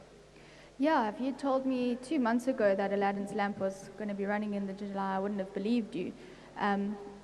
Obviously he was always kind of there or thereabouts in some smart races in Joburg, but was he good enough to line up in the July? Again, I go back to the conditions of the July this year. It brings every horse into the play. His win in the Jubilee was good, but over the years, the Jubilee hasn't really been the metric that it was, say, a decade ago. Could he turn things around? One man that you can never rule out of the July is Mark de Kock. But saying that, look at all the horses that's won the July for him are very good horses. Is this horse a very good horse? I'm not too sure. But saying that, the handicap brings him into the race. He's got 53 on his back. Only concern for me is he's drawn the deepest, is 18, which is going to be very tough for there, but definitely not out of it. And you've won more July's from the deepest draw than anyone else, I think. Well, I know how to do it. So how do you do it? Let's actually ask that question. Draw 18. How do you do it? Because you have two options, commit or drop out. You're out of the scrum, so the good news is that you're going to come back clean and tidy. Yeah, Alistair, the most important thing, you've got to have the horse. It doesn't matter where you draw. And I've been very lucky. I've won 4 July, and I've won 3 of them have been stallions. So I've ridden very good horses coming into July. So sometimes the good horses get you out of trouble. And to be honest, grazing, he was towing me coming to the straight. All I need is just to find the run, and I got the run open, and it was race over. So the good horses always, Classic Flag was drawn 18, champion horse. So good horses does get you out of trouble. Is he a Classic Flag? Is he a grazing? I doubt so. Right, let's go on to reserve number 1, Schwasanada. Erico Verdenese trains the son of Kbarari. Deep down, I hope he still makes his way down to the Hollywoodbets Durban July. Let's have a look at his gallop at Turfentine. This was on Wednesday morning. Schwasanada going through his paces. Let's not discuss the fact that he's unlucky or not. I think that's been well documented and well covered. If he does turn up next Saturday, Lou, where does he fit in? I sincerely hope this horse turns up next Saturday. He deserved a place in the race, in my opinion. He's done absolutely nothing wrong, and he brings in some of the strongest form lines. So this gallop was wonderful. Look at his well-being. Look at it. You can see him glowing from the camera, the camera. And it's cold in And Durban. yeah, I mean, he looks in absolute great nick. Yeah, I really hope this horse gets a chance to run. And I think we all hope he gets a chance to run. Yeah, it's disappointing that he didn't get a run. He deserved his place in the race. He's moving really, really well at home. He looks in a good space. And if he does get in, he's definitely got a chance. And then reserve number 2, the winner of the TAB South African Derby at Turfentine. Mike and Matthew de Kock train number 20 on the card, Curious Girl. Of course, she'll need 2 scratchings to get a start. But if she doesn't run, she's got a safety net next Saturday. Well, she's saying I hope she doesn't get a run is maybe wrong. I think she's in the right race in the gold vase. She's got a perfect draw. She's got no weight on her back, and she'll be a big runner there. You know, I think if she couldn't win her last start and got beat by Jazz Diva, could she win the July? I don't think so. Where are we going to be with just a long-term question? Where are we going to be with Curious Girl in 6 months' time? Because when she gets the long run in at Turfentine, when she gets the long-distance races as a 4-year-old, she could be right up there with those sort of elite stayers, or maybe not even a stayer, maybe just those elite horses. This could be your Summer Cup winner next year. This is a filly that Penny's only starting to drop. She's only starting to mature now. She's still a big baby. She still needs to grow into herself. She'll be a much better filly next year. I didn't put the word into Anne's mouth, but that's where I was going with. 20 Curious Girl. I'll be interested to know, has she stayed in KZN since? Yes, she has stayed in KZN. Yeah, that's quite a big indicator for the gold vase. For me, I think the filly was very unlucky to have lost last weekend. I don't think she saw that horse coming up her outside, and I think she's a serious stayer for the future. Well, that's the first leg of the pick 6 with a 15 million rand target in the pick 6. Curious Girl, race 4, number 1. A tip for you there. Right, that pretty much wraps it up. Let's get the 1, 2, 3, 4 from Lou and Ant. Come on, tip them. Come on. Who wins the Hollywoodbets Durban July? I'm going with the girls. I know I do this, but they really carry me through most times. I love Moa Blend, love Wishlist. Who was my third choice now? Oh, I like I Salute You, and I love Manog. That would be a quartet to catch. And your 1, 2, 3, 4. My one is going to be Note to Self, Isivivane, Star Major, and number 9, Via's Liberte. So you know what we get out of this? We get 8 selections that are totally different. And that, I think, is the Hollywoodbets Durban July in a nutshell. If we had to go through the crowd that are here at Hollywoodbets Greyville this morning, we would literally, within about 30 opinions, cover 18 winning chances. That's the beauty of this race. They start at the 2200 meter mark in a straight line and dash for the sash in the most illustrious race on the continent. We thank Lou, we thank Anthony, and we thank you for your time this morning. We trust we've covered all the bases, we've given you the information. As mentioned, there'll be lots of panel discussions. The official Supersport panel discussion will be aired on Wednesday in 3 different languages: English, isiZulu, and Afrikaans. There'll be all sorts of functions around Joyters on Wednesday night, and also not forgetting the famous pre-party on Thursday night at Hollywoodbets Springfield branch, which will be humming, heaving, and absolutely overflowing with all sorts of extended odds for your fancies in the Hollywoodbets Durban July. You know the drill. Get to the front of that queue and get your bets on. And we will see you here on Saturday the 4th of July for Africa's greatest horse race. We hope it's everything that you desire it to be. We hope it's memorable, and we hope it's the best day of your lives. May the best horse win, and until next time, goodbye.